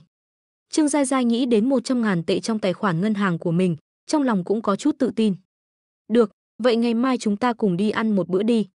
Lý Điềm Nhi lập tức hô lên, chúng ta không đi mấy quán cơm nhỏ đâu nha, chuyện mừng rỡ như vậy đương nhiên phải tìm một nhà hàng xứng đôi với nó mới được. Đúng rồi, hay chúng ta tới nhà hàng Cẩm Tú đi. Lưu Nguyệt và Trịnh Văn vừa nghe vậy, ánh mắt đều trở nên quái dị. Sao bọn họ có thể không biết, Lý Điềm Nhi đang bất mãn với Trương Giai Giai. Cẩm Tú là nhà hàng nổi tiếng nhất xung quanh Đại học Hải Phong, đồng thời cũng là khách sạn xa hoa nhất, được đánh giá 4 sao. Nghe nói một bữa ăn cho 4 người ít nhất cũng phải tốn hơn 1.000 tệ. Điều này đối với một sinh viên mà nói là chi phí rất lớn, huống chi ai cũng biết, điều kiện gia đình Trương Giai Giai không được tốt lắm. Lưu Nguyệt đứng ra hòa giải, ôi trời, mấy người chúng ta không cần phải đến nhà hàng lớn như vậy đâu, quán ăn bên cạnh cũng khá ngon mà. Không phải cô ta đang dành chút hảo tâm để nghĩ cho Trương Giai Giai, mà là sợ đặt chỗ quá đắt Trương Giai Giai sẽ mời không nổi, thành ra bữa cơm của mình không đủ dính răng. Lý Điềm Nhi hừ nhẹ một tiếng, vẻ mặt khinh thường nói, mấy cậu coi thường người ta quá rồi đấy hả? Sau này Giai Giai sẽ làm việc cho một tập đoàn lớn, sao có thể không mời nổi một bữa cơm chứ? Cô ta nhướng mày nhìn về phía Trương Giai Giai, chờ đợi dáng vẻ nắm chặt nắm đấm, vẻ mặt bối rối tội nghiệp của cô. Lý Điềm Nhi rất thích trêu cợt Trương Giai Giai, xuất thân là một người thiên hải trong một gia đình khá giả, nhìn bộ dạng người ngoài giàu dĩ vì tiền bạc mang đến cho cô ta cảm giác ưu việt rất lớn. Nhưng lúc này đây, Trương Giai Giai lại không thỏa mãn tâm ý của cô ta. Trương Giai Giai chỉ suy nghĩ một chút, sau đó mỉm cười gật đầu, được rồi, dù sao chúng ta cũng sắp ra trường. Sau này cơ hội gặp mặt cũng càng ngày càng ít, trước khi tốt nghiệp đương nhiên phải đến một nơi tốt để tụ tập rồi. Cô nhìn Lý Điềm Nhi đang ngồi trên giường, đôi mắt sáng lên đầy tự tin, vậy cứ theo ý Điềm Nhi đi, chúng ta sẽ tới nhà hàng Cẩm Tú. Vừa có tiền, vừa có cả một tương lai tươi sáng, cô cũng rất tự tin. Lần này đến lượt mấy người Lý Điềm Nhi kinh ngạc, bởi vì bọn họ phát hiện, hôm nay Trương Giai Giai đã thay đổi, không hề rụt rè sợ hãi như trước kia nữa, mà khắp người đều tràn ngập ánh sáng tự tin. Ngày hôm sau, Trương Dịch tỉnh giấc trên chiếc giường rộng thoải mái mềm mại. Hắn vừa mở mắt ra, đôi hầu gái song sinh đã đứng trước giường của hắn, mỉm cười.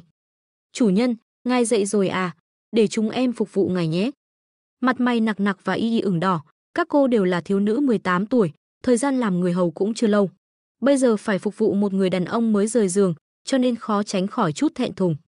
Trương Dịch sửng sốt một chút, không ngờ công việc của hầu gái còn có loại phục vụ tận giường thế này.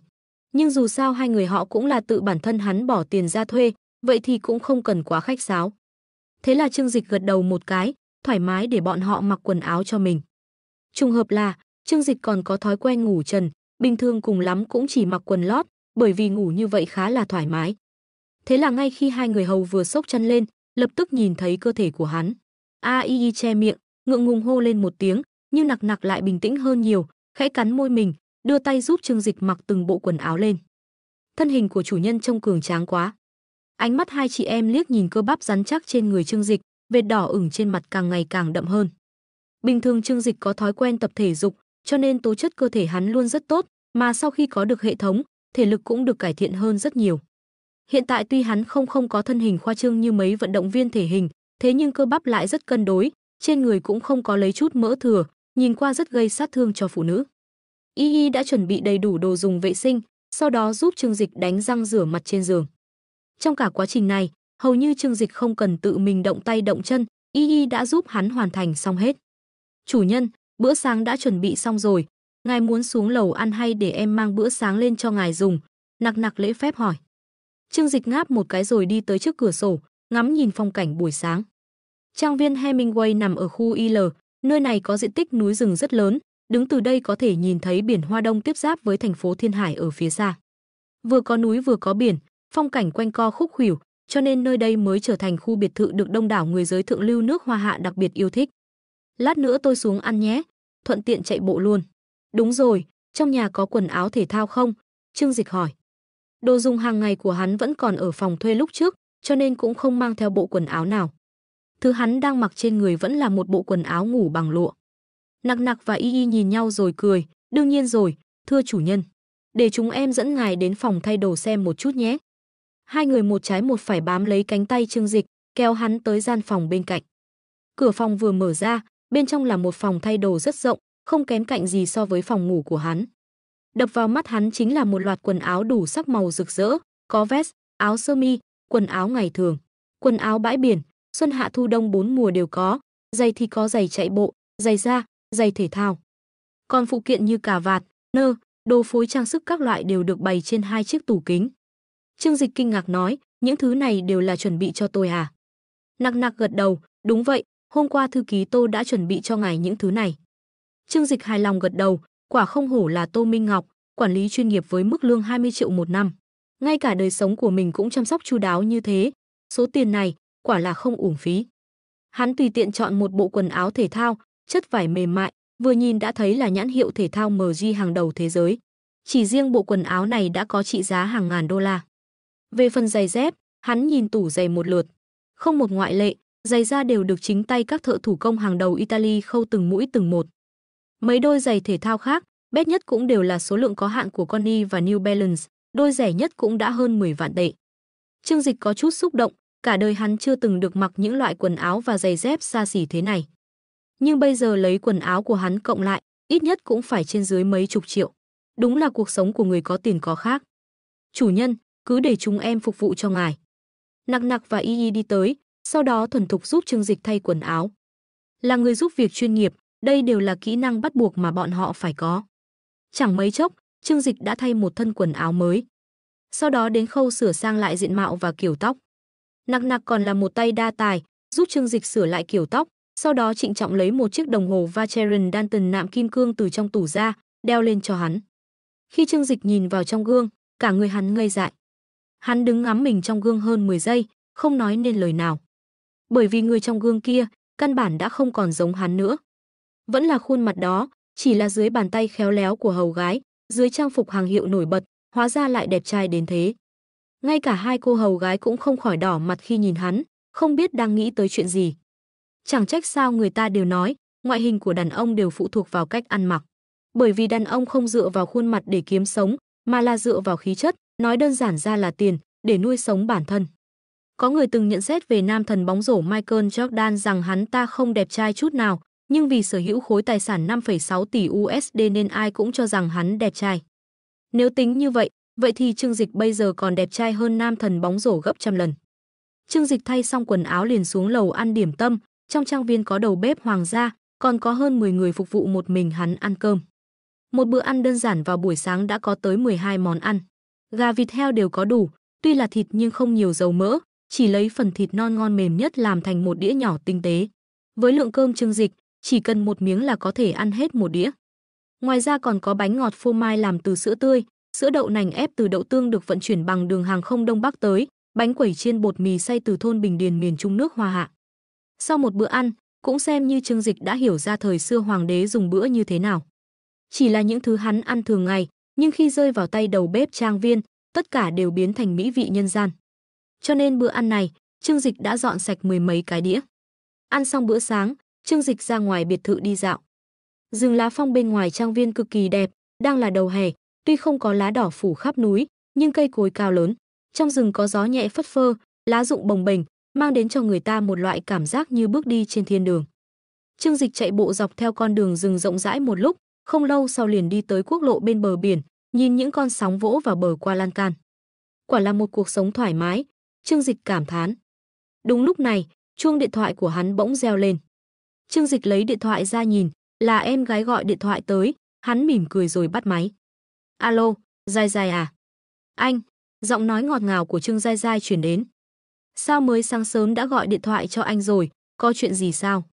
Không phải hôm qua em mới nhận được thư mời nhận việc của tập đoàn Thịnh Thế sao? Loại chuyện tốt thế này, đương nhiên phải mời ông anh trai ăn một bữa cơm rồi.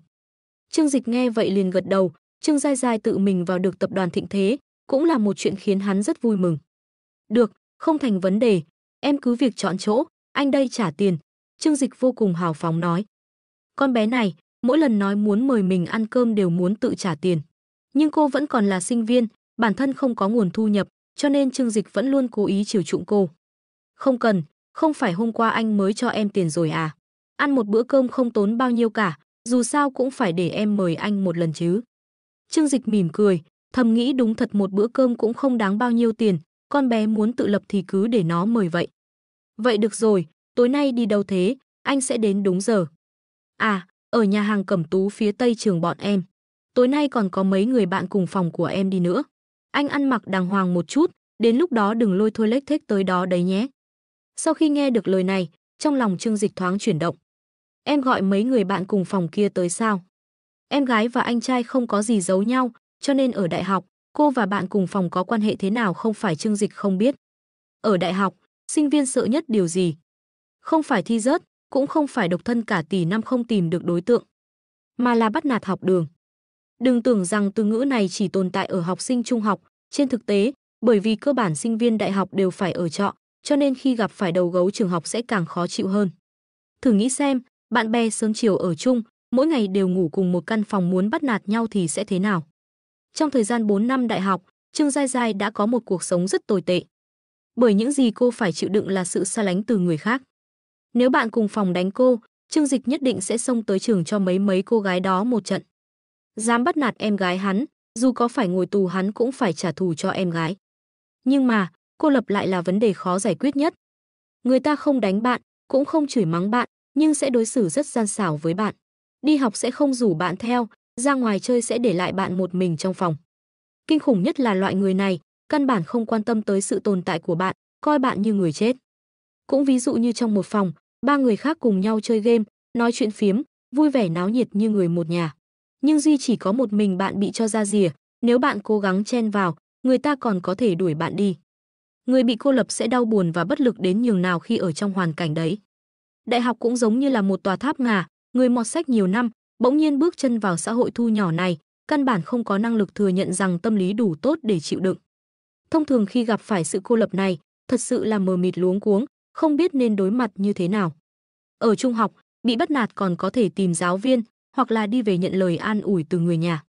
Nhưng nếu bị cô lập ở đại học, thứ nhất, phần lớn mọi người đều phải đi học xa, không muốn khiến người nhà lo lắng. Thứ hai, nếu đi tìm giáo sư, người ta cũng chỉ không dẫn theo bạn đi chơi, không đánh bạn cũng không mắng bạn, đi tìm giáo sư khiếu nại thì có tác dụng gì. Kết quả là, giáo viên hướng dẫn của trường cùng lắm cũng chỉ nói 2-3 câu không ngứa không đau, sau đó thái độ của bạn cùng phòng đối với bạn sẽ càng trở nên tồi tệ hơn. May mắn thay, Trương Giai Giai là người từ nông thôn ra, cũng không phải được nuông chiều từ bé. Nhưng dù vậy, cô vẫn là một thiếu nữ trẻ tuổi, luôn bị bạn cùng phòng xa lánh, không có khả năng trong lòng lại không có tâm sự gì. Trương Dịch biết rõ chuyện này, cho nên khi nghe bạn cùng phòng của cô cũng sẽ có mặt trong bữa ăn, nhất thời cảm thấy hơi ảo ảo. Em gọi bọn họ làm gì chứ? Bình thường ở trường cũng không chào đón em, bây giờ sắp tốt nghiệp rồi, sau này sẽ mỗi người một nơi thôi. Trương Giai Giai thấy giọng điệu của Trương Dịch có chút mất hứng, thế là vội vàng giải thích, tuy mối quan hệ giữa bọn em không có gì tốt đẹp cả, nhưng trước đó bọn họ cũng mời em một bữa ăn rồi. Nếu em không mời lại họ, chắc chắn bọn họ sẽ đi khắp nơi nói em keo kiệt, em cũng không muốn bị người ta nói này nói nọ. Xác thực là, hồi trước mấy người Lưu Nguyệt cũng dẫn Trương Giai Giai ra ngoài ăn cơm. Nhưng đó là vì cả lớp đều được mời, không dẫn Trương Giai Giai theo lại sợ người khác nói bọn họ bắt nạt Trương Giai Giai, cho nên mới tiện thể dẫn cô theo. Trương Dịch thở dài, đúng thật là, cái xã hội thu nhỏ giữa nữ sinh với nhau vô cùng phức tạp, hắn cũng không thể hiểu được. Anh không cần sợ em bị bắt nạt đâu. Trương Giai Giai vừa cười vừa nói, cô biết anh trai mình đang lo lắng điều gì. Thật ra lần này em mời bọn họ ăn cơm còn có một mục đích khác. Hả? Trương Dịch có chút tò mò. Bọn họ vẫn luôn nói em quê mùa, luôn coi thường em. Nhưng bây giờ, em có một ông anh trai vô cùng lợi hại, còn tìm được một công việc tốt hơn bọn họ nhiều. Cho nên bây giờ, trước khi tốt nghiệp em muốn cho bọn họ thấy, Trương Giai Giai này đỉnh hơn bọn họ nhiều. Trương Giai Giai kiên định nói. Lần này đãi khách ăn một bữa, cô muốn trả lại tất cả những khinh thường mà cô đã nhận được trong 4 năm qua. Để cho mấy người bạn cùng phòng kia thấy được rằng, cô gái nông thôn vốn luôn bị bọn họ coi thường sẽ có tiền đồ và tương lai tốt đẹp hơn hẳn bọn họ. Trương Giai Giai rất tốt bụng, nhưng cũng không đồng nghĩa là cô yếu đuối. Trương Dịch nghe vậy liền sửng sốt một lúc, sau đó nở nụ cười vui mừng. Không hổ là em gái của Trương Dịch đây. Nói đúng lắm, phải để cho những người từng xem thường em biết rằng, mắt bọn họ mù hết rồi. Đợi lát nữa anh sẽ đến trường đón em, nếu muốn vả mặt bọn họ, vậy thì phải vả cho thật đau mới được. Trương Giai Giai tò mò hỏi, anh muốn làm gì đấy? Trương Dịch cười nói, rồi em sẽ biết. Trương Dịch có chút thần bí cúp điện thoại, sau đó quay người trở về trang viên. Nặc nặc, gara nhà chúng ta ở đâu? Lát nữa tôi phải ra ngoài một chuyến. Trương Dịch vừa trở về liền hỏi Nặc nặc. Nặc nặc vội vàng nói, mời chủ nhân đi theo em. Cô ấy dẫn Trương Dịch đi tới gara ngầm bên cạnh biệt thự. Sau khi đi thang máy xuống lầu, Nặc nặc đưa tay mở đèn gara.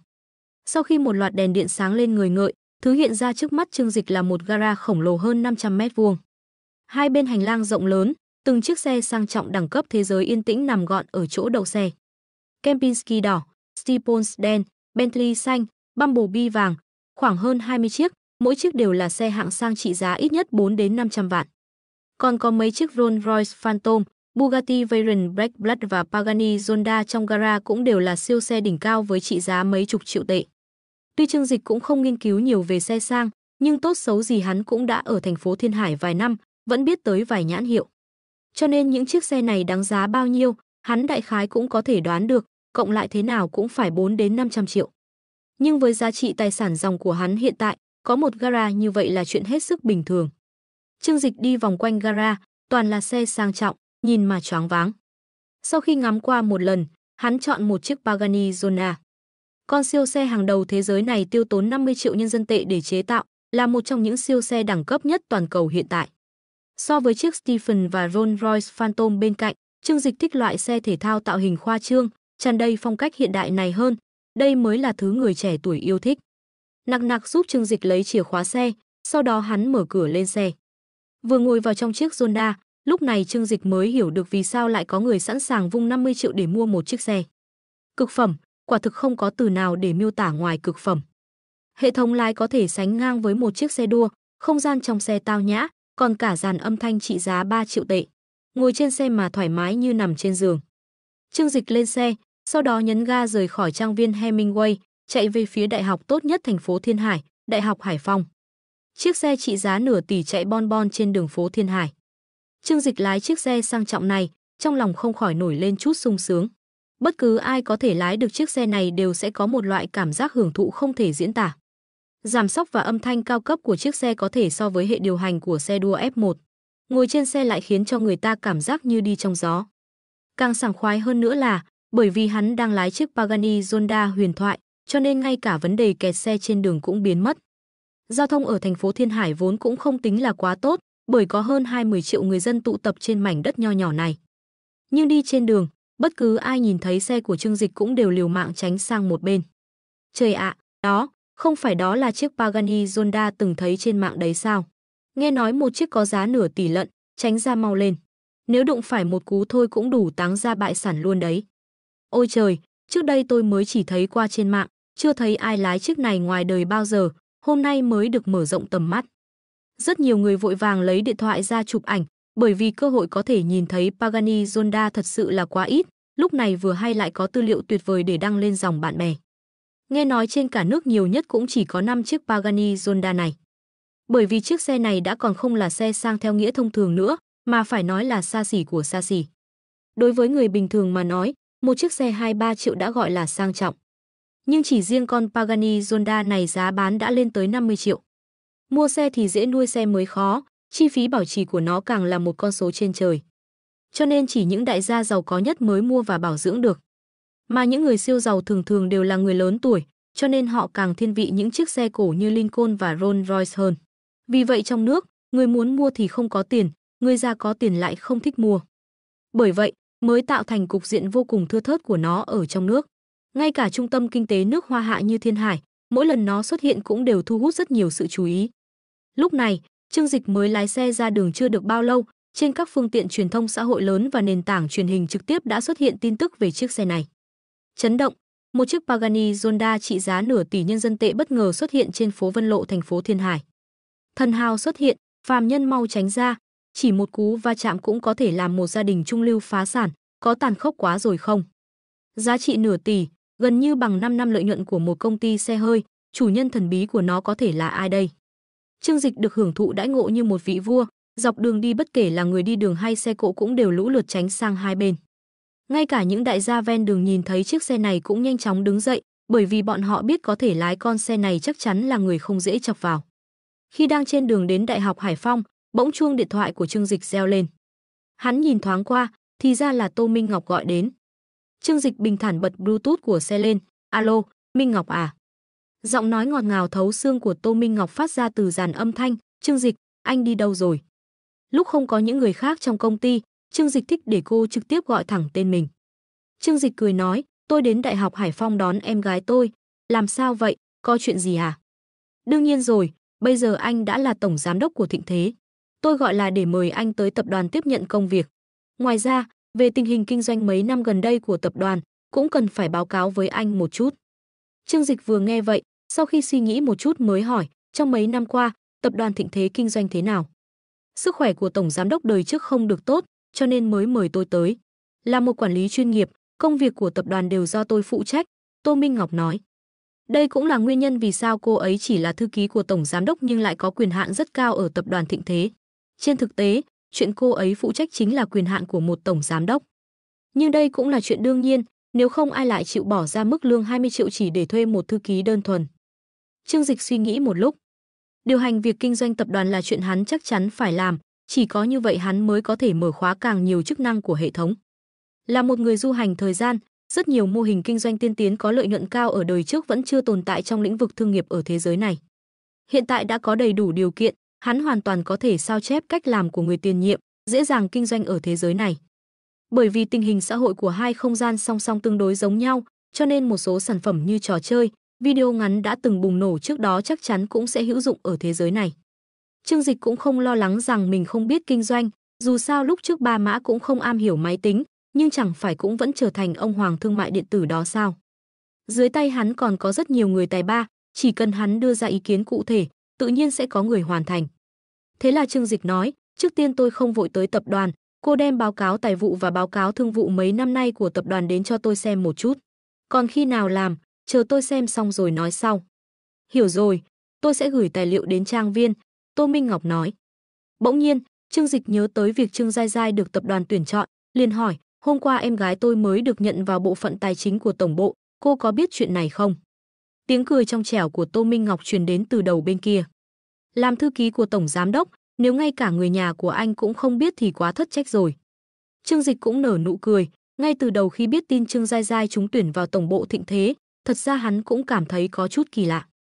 Tập đoàn Thịnh Thế thuộc top 500 tập đoàn mạnh nhất thế giới, bộ phận tài vụ tuyển người cực kỳ nghiêm khắc. Hơn nữa làm bộ phận tài vụ của tổng bộ, lại nắm giữ bí mật trọng đại của tập đoàn, dường như bình thường sẽ không tuyển dụng người mới vừa tốt nghiệp. Tại sao em gái mình lại được nhận? Xem ra mọi thứ đều không phải trùng hợp. Nhưng cũng không thành vấn đề, dù sao hắn vốn cũng muốn sắp xếp em gái vào công ty, chuyện này cũng coi như giúp hắn tránh được nhiều rắc rối. Kết thúc cuộc trò chuyện với Tô Minh Ngọc, xe của Trương Dịch đã chạy đến gần khu đại học. Hắn lại gọi điện thoại cho Trương Giai Giai, bảo cô đến cổng trường. Chiếc Pagani Zonda dừng lại trước cổng trường Đại học Hải Phong, có thể nói là giống như một con cá voi bơi vào ao nhỏ, ngay lập tức thu hút sự chú ý của mọi người. Phần lớn người qua đường đều là học sinh, dù không phải ai cũng biết đến Pagani Zonda nhưng thứ đáng giá hàng chục triệu của chiếc xe này chính là nhờ vẻ bề ngoài. Chiếc xe này đẹp quá, ít nhất cũng phải 300-400 vạn đấy chứ. Mấy nữ sinh đi ngang qua nhìn chiếc xe bằng ánh mắt lóe sáng ngôi sao, kinh ngạc cảm thán nói. Không chỉ có đàn ông thích xe mà phụ nữ cũng rất thích, nhất là loại xe sang trọng cao cấp kiểu này. Sau khi thiết kế ra chiếc xe này, người ta đã đầu tư rất nhiều công sức vào vẻ ngoài của nó, có thể nói là nó đáp ứng hoàn hảo các tiêu chuẩn thẩm mỹ. Cho dù là người không am hiểu chút nào về xe cũng sẽ bị phong cách thời thượng của nó hấp dẫn. Một nam sinh bên cạnh nghe vậy lập tức mở to mắt, này bạn học, cậu không hiểu gì sao? 3-4 triệu á, có khi cũng chỉ đủ mua cái bánh xe thôi. Đây là chiếc Pagani Zonda có giá gần 50 triệu tệ đấy. Mấy nữ sinh kia vừa nghe thấy giá cả đã sợ tới mức kêu lên một tiếng, sau đó lại cảm thấy có hơi vô duyên, vội vàng che miệng mình lại. Nhưng ánh mắt nhìn về phía chiếc xe kia rõ ràng trở nên tràn ngập rung động. Sao lại có chiếc xe đắt tiền thế, không thể nào chứ. Nam sinh kia hừ nhẹ một tiếng, tỏ vẻ khinh thường những thiếu nữ vô tri này, sao lại không có thể chứ. Đây chính là một trong những chiếc xe thể thao cao cấp nhất thế giới, cả nước cũng chỉ có mấy chiếc thôi. Trong mắt hắn tràn ngập vẻ hâm mộ, chưa nói đến việc sở hữu một chiếc Zonda, cho dù chỉ có thể lái nó một lần trong đời, hắn cũng cảm thấy cuộc đời mình đã đủ viên mãn. Học sinh xung quanh càng ngày càng nhiều, ngay cả những người không biết gì về ô tô cũng trở nên háo hức khi nghe những lời giới thiệu từ mọi người xung quanh, thế là họ nhanh chóng lấy điện thoại ra chụp ảnh. Nói với người khác mình đã được thấy Pagani Zonda, còn có ảnh chụp của nó, vậy là lại có thêm một chuyện đáng để khoe khoang rồi. Trước cổng Đại học Hải Phong, chiếc xe thể thao của Trương Dịch đã thu hút sự chú ý của mọi người. Ngay cả những sinh viên đến từ một trong những trường đại học tốt nhất cả nước mà nói, Pagani Zonda vẫn là một sự tồn tại đáng ngưỡng mộ. Trương Dịch ngồi trong xe, mở nhạc trên dàn âm thanh ô tô cao cấp trị giá 3 triệu, sau đó thoải mái nằm trên ghế chờ em gái tới. Thưởng thức âm nhạc kiểu này thậm chí còn thú vị hơn xem một buổi hòa nhạc ở hàng ghế đầu. Loại âm hưởng cao cấp này xuyên thấu màng nhĩ rồi xâm nhập vào tận linh hồn, nếu chưa từng dùng qua chắc chắn không cách nào hiểu được cảm giác này. Đó là lý do tại sao một số người đam mê âm nhạc sẵn sàng chi hàng ngàn đô la để mua tai nghe và âm thanh chuyên nghiệp. Tiền bạc đổi lấy hưởng thụ âm nhạc là chuyện người nghèo muôn đời không thể hiểu được.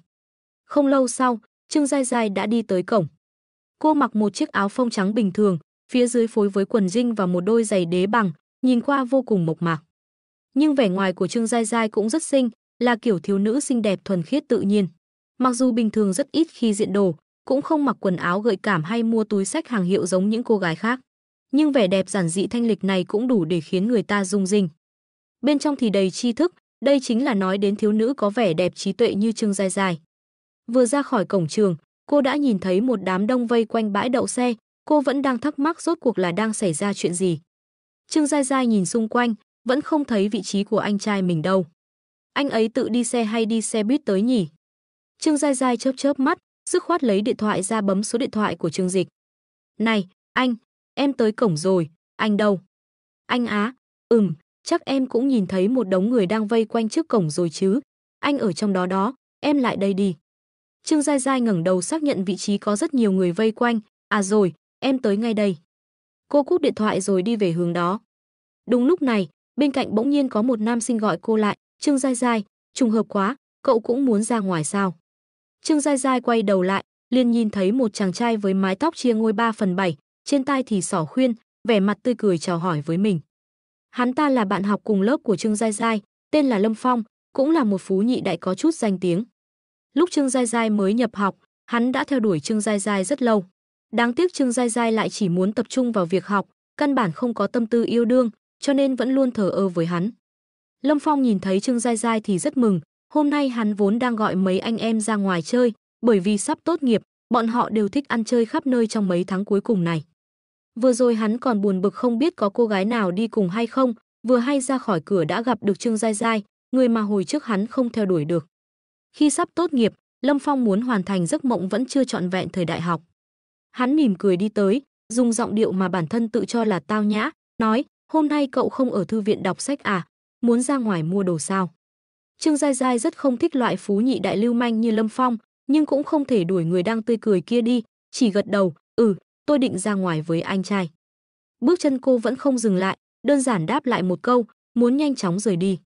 Nhưng không ngờ hôm nay Lâm Phong đã hạ quyết tâm, muốn kéo gần quan hệ với cô, tốt nhất phải thừa dịp trước khi tốt nghiệp, tán đổ được cô thì càng tốt. Thế là, mấy anh em phía sau thấy thế liền nở một nụ cười đã hiểu, cũng cợt nhả đi theo sau. Vừa hay, buổi chiều bọn tôi cũng định ra ngoài hát karaoke, Giai Giai, đi với bọn tôi đi. Trương Giai Giai nhíu mày, không cần, mấy cậu tự đi đi, tôi còn phải đi cùng anh tôi nữa. Giọng điệu Lâm Phong bắt đầu nóng nảy, dù sao tôi cũng đã theo đuổi cậu cả thời đại học rồi. Tuy không thành nhưng hôm nay tôi có lòng mời cậu đi hát, nể mặt tôi một chút được không? Dù sao cũng là bạn cùng lớp, còn sắp tốt nghiệp đại học rồi, cho tôi chút mặt mũi cũng không được sao? Mấy người đứng sau cũng nháo nhào ủng hộ, đúng rồi đấy. Trương Giai Giai, chúng ta cùng ra ngoài hát một bài đi, đi thôi. Hồi trước anh Phong thích cậu như vậy, ít nhất cũng phải nể mặt nhau một chút chứ, đều cùng trường cả mà. Đi thôi, chị dâu, bạn cùng lớp một thời ơi. Trương Giai Giai nghe thấy vậy liền đỏ ửng mặt mày, mấy cậu đừng có gọi bậy, ai là chị dâu của mấy cậu chứ? Nhìn thấy bộ dạng xấu hổ và phẫn nộ của Trương Giai Giai, khuôn mặt nhỏ nhắn đỏ bừng như quả táo vừa chín, đôi lông mày mỏng nhíu lại, hết sức đáng yêu, Lâm Phong cũng mừng rỡ trong lòng. Không sợ cô ấy thờ ơ, chỉ sợ không có phản ứng lại thôi. Bọn họ cũng có ý tốt cả mà, hai chúng ta hiện tại đều là người độc thân, ở bên tôi cậu cũng sẽ không chịu thiệt đâu. Hơn nữa, điều kiện gia đình Lâm Phong tôi thế nào cậu còn không rõ sao? Ba tôi làm bất động sản đấy, có thế nào tài sản cũng phải mấy trăm triệu. Chỉ cần cậu làm bạn gái tôi đảm bảo cậu sẽ không bao giờ phải lo lắng về tiền nữa. Lâm Phong kiêu ngạo nói. Có tiền, tùy hứng, đây chính là cách sống hơn 20 năm cuộc đời của hắn. Ngay cả khi còn học đại học, hắn thay bạn gái như thay áo. Bởi vì quá giàu nên hắn ta không bao giờ thèm theo đuổi con gái, cơ bản là chỉ cần giải tiền ra là sẽ có một đám phụ nữ chạy tới chỗ hắn. Mà Trương Giai Giai là người duy nhất không bị thu phục bởi tiền tài của hắn, cho nên mới khiến hắn nhớ mãi không quên. Trương Giai Giai nhìn khuôn mặt đắc ý của Lâm Phong, chỉ cảm thấy hết sức ghê tởm. Cô hừ lạnh một tiếng, không muốn nói nhiều với người này nữa, bước nhanh về phía đám người bên kia. Này, Giai Giai, chiều cùng ra ngoài với chúng tôi đi, thấy bên kia không? Tháng trước tôi mới mua con Mercedes-Benz đấy. Hơn 1 triệu lận đó, tôi sẽ dẫn cậu đi hóng gió một chuyến. Trương Giai Giai đã chen vào đám đông bên kia. Trương Dịch ngồi trong xe, đối diện cổng trường Đại học Hải Phong, cho nên Trương Giai Giai vừa xuất hiện hắn đã lập tức chú ý. Lúc này, hắn cũng thấy được vài nam sinh đang vây quanh em gái mình. Nhìn thấy bộ dáng cợt nhả của bọn họ, còn có biểu cảm mất kiên nhẫn trên mặt cô em gái, Trương Dịch đã lập tức nhận ra đang xảy ra chuyện gì. Hắn đẩy cửa xe bước xuống. Mấy người Lâm Phong đi tới bên này cũng phát hiện chiếc Pagani Zonda đang đậu ở cổng trường. Ồ, đây không phải là Pagani Zonda đấy sao? Trong trường chúng ta còn có người giàu thế này à? Con người Lâm Phong thiếu chút nữa rơi xuống đất, là một phú nhị đại, tuy hắn ta chưa từng thấy Pagani, nhưng mỗi ngày hắn đọc tạp chí ô tô cũng đều chảy nước miếng, mỗi đêm nằm mơ cũng đều ước có được con xe sang trọng này. Nhưng hắn cũng biết rõ, một chiếc xe này đã đáng giá hơn nửa tài sản của gia đình hắn ta, căn bản không phải thứ xa xỉ hắn có thể nghĩ tới lúc này. Mấy học sinh bên cạnh cũng cảm thán, chiếc xe này đã đỗ ở đây cả buổi rồi, chắc là đang đợi người. Ai, không biết là ai may mắn thế, còn được người lái Pagani tới đón. Mấy nữ sinh khác cũng ôm ngực chu miệng nói, ai có thể lái chiếc xe này đưa tôi đi hóng gió, phải hiến thân tôi cũng nguyện ý luôn. Vừa lúc đó, cửa xe chậm rãi mở ra, một đôi chân dài rắn chắc bước xuống xe trước ánh mắt của mọi người. Khoảnh khắc Trương Dịch bước xuống khỏi xe, hiện trường nhất thời lại vang lên một tràng tiếng ca thán. Bởi vì Trương Dịch vẫn luôn ở trong xe, người xung quanh lại càng là tò mò rốt cuộc là đại gia nào có thể lái chiếc xe này tới đây. Cảm xúc tích tụ này bùng nổ ngay khi hắn bước ra khỏi cửa xe. Chiếc áo sơ mi đen chỉ cài đến nút thứ 3, để lộ làn da màu đồng rắn chắc, bộ quần áo được may bằng chất liệu Ý, phản chiếu ánh sáng mờ quý phái dưới ánh nắng mặt trời. Chiếc quần Âu cũng được may bằng lụa Ý, khi kết hợp với đôi giày da thủ công dưới chân, ngay cả những người không có mắt nhìn cũng có thể nhận ra rằng chúng rất đắt tiền. Hơn nữa bản thân Trương Dịch đã rất khôi ngô, nhưng người ta thường nói, người dựa vào quần áo, ngựa dựa vào yên, lúc này trông hắn càng tuấn tú và phong nhã hơn, không kém gì các minh tinh trên TV. Wow, anh ấy đẹp trai quá, rốt cuộc là phú nhị đại nhà ai mà vừa có tiền vừa có nhan sắc thế này, không phải là ngôi sao điện ảnh đấy chứ. Trời ạ, ai là bạn gái của anh ta phải hạnh phúc biết bao. Muốn thêm WeChat của anh ấy quá, nhưng tôi không dám qua đó đâu. Nữ sinh trong trường nhìn thấy Trương Dịch, ai nấy đều thẹn thùng che miệng lại, trong lòng có chút phấn khích. Mà sau khi các nam sinh nhìn thấy Trương Dịch, trong mắt lại tràn đầy ganh tị. Nếu tôi cũng có tiền mua được xe tốt, quần áo hàng hiệu như vậy, chắc chắn còn đẹp trai hơn anh ta. Đám nam sinh đều nắm chặt nắm đấm, trong đầu thầm nghĩ như vậy. Sau khi Trương Giai Giai nhìn thấy Trương Dịch, trên mặt lộ ra biểu cảm nghi hoặc, ban đầu còn không nhận ra người này là anh ruột của mình. Bởi vì ngoại trừ khuôn mặt có chút giống, Trương Dịch hôm nay với người cô quen thuộc gần như không có một chỗ nào giống nhau. Dù là chiếc xe sang nửa tỷ hay bộ đồ hàng hiệu trên người, đều làm cho Trương Dịch trông quá mức thượng lưu. Vẫn là Trương Dịch vẫy tay cười với cô trước, Giai Giai, lại đây. Wow. Ánh mắt mọi người đồng loạt nhìn về phía Trương Giai Giai, trong ánh mắt tràn ngập hâm mộ, thán phục cùng ghen tị. Không phải chứ, bạn gái anh ấy là người của trường chúng ta, ghen tị muốn chết mất thôi. Sao mắt của kẻ có tiền đều kém như vậy, cô ta trông quê mùa như thế, ngay cả cách ăn mặc cũng không biết, dựa vào cái gì mà mấy chàng đẹp trai giàu có này lại coi trọng cô ta thế. Có mấy cô gái ăn mặc thời trang miễn cưỡng kéo dây áo lên, cố gắng để lộ ra thịt nhiều hơn để thu hút sự chú ý của Trương Dịch. Có khi người có tiền lại thích mấy cô gái mộc mạc kiểu này, bởi vì trông cô ta khá ngây ngơ. Hừ, chắc chắn đều là giả bộ thôi, tôi nghĩ cô ta chính là trà xanh. Trong lòng nhiều nữ sinh đều ghen tị muốn chết, như thể đang hận Trương Giai Giai cướp đi cơ hội của bọn họ.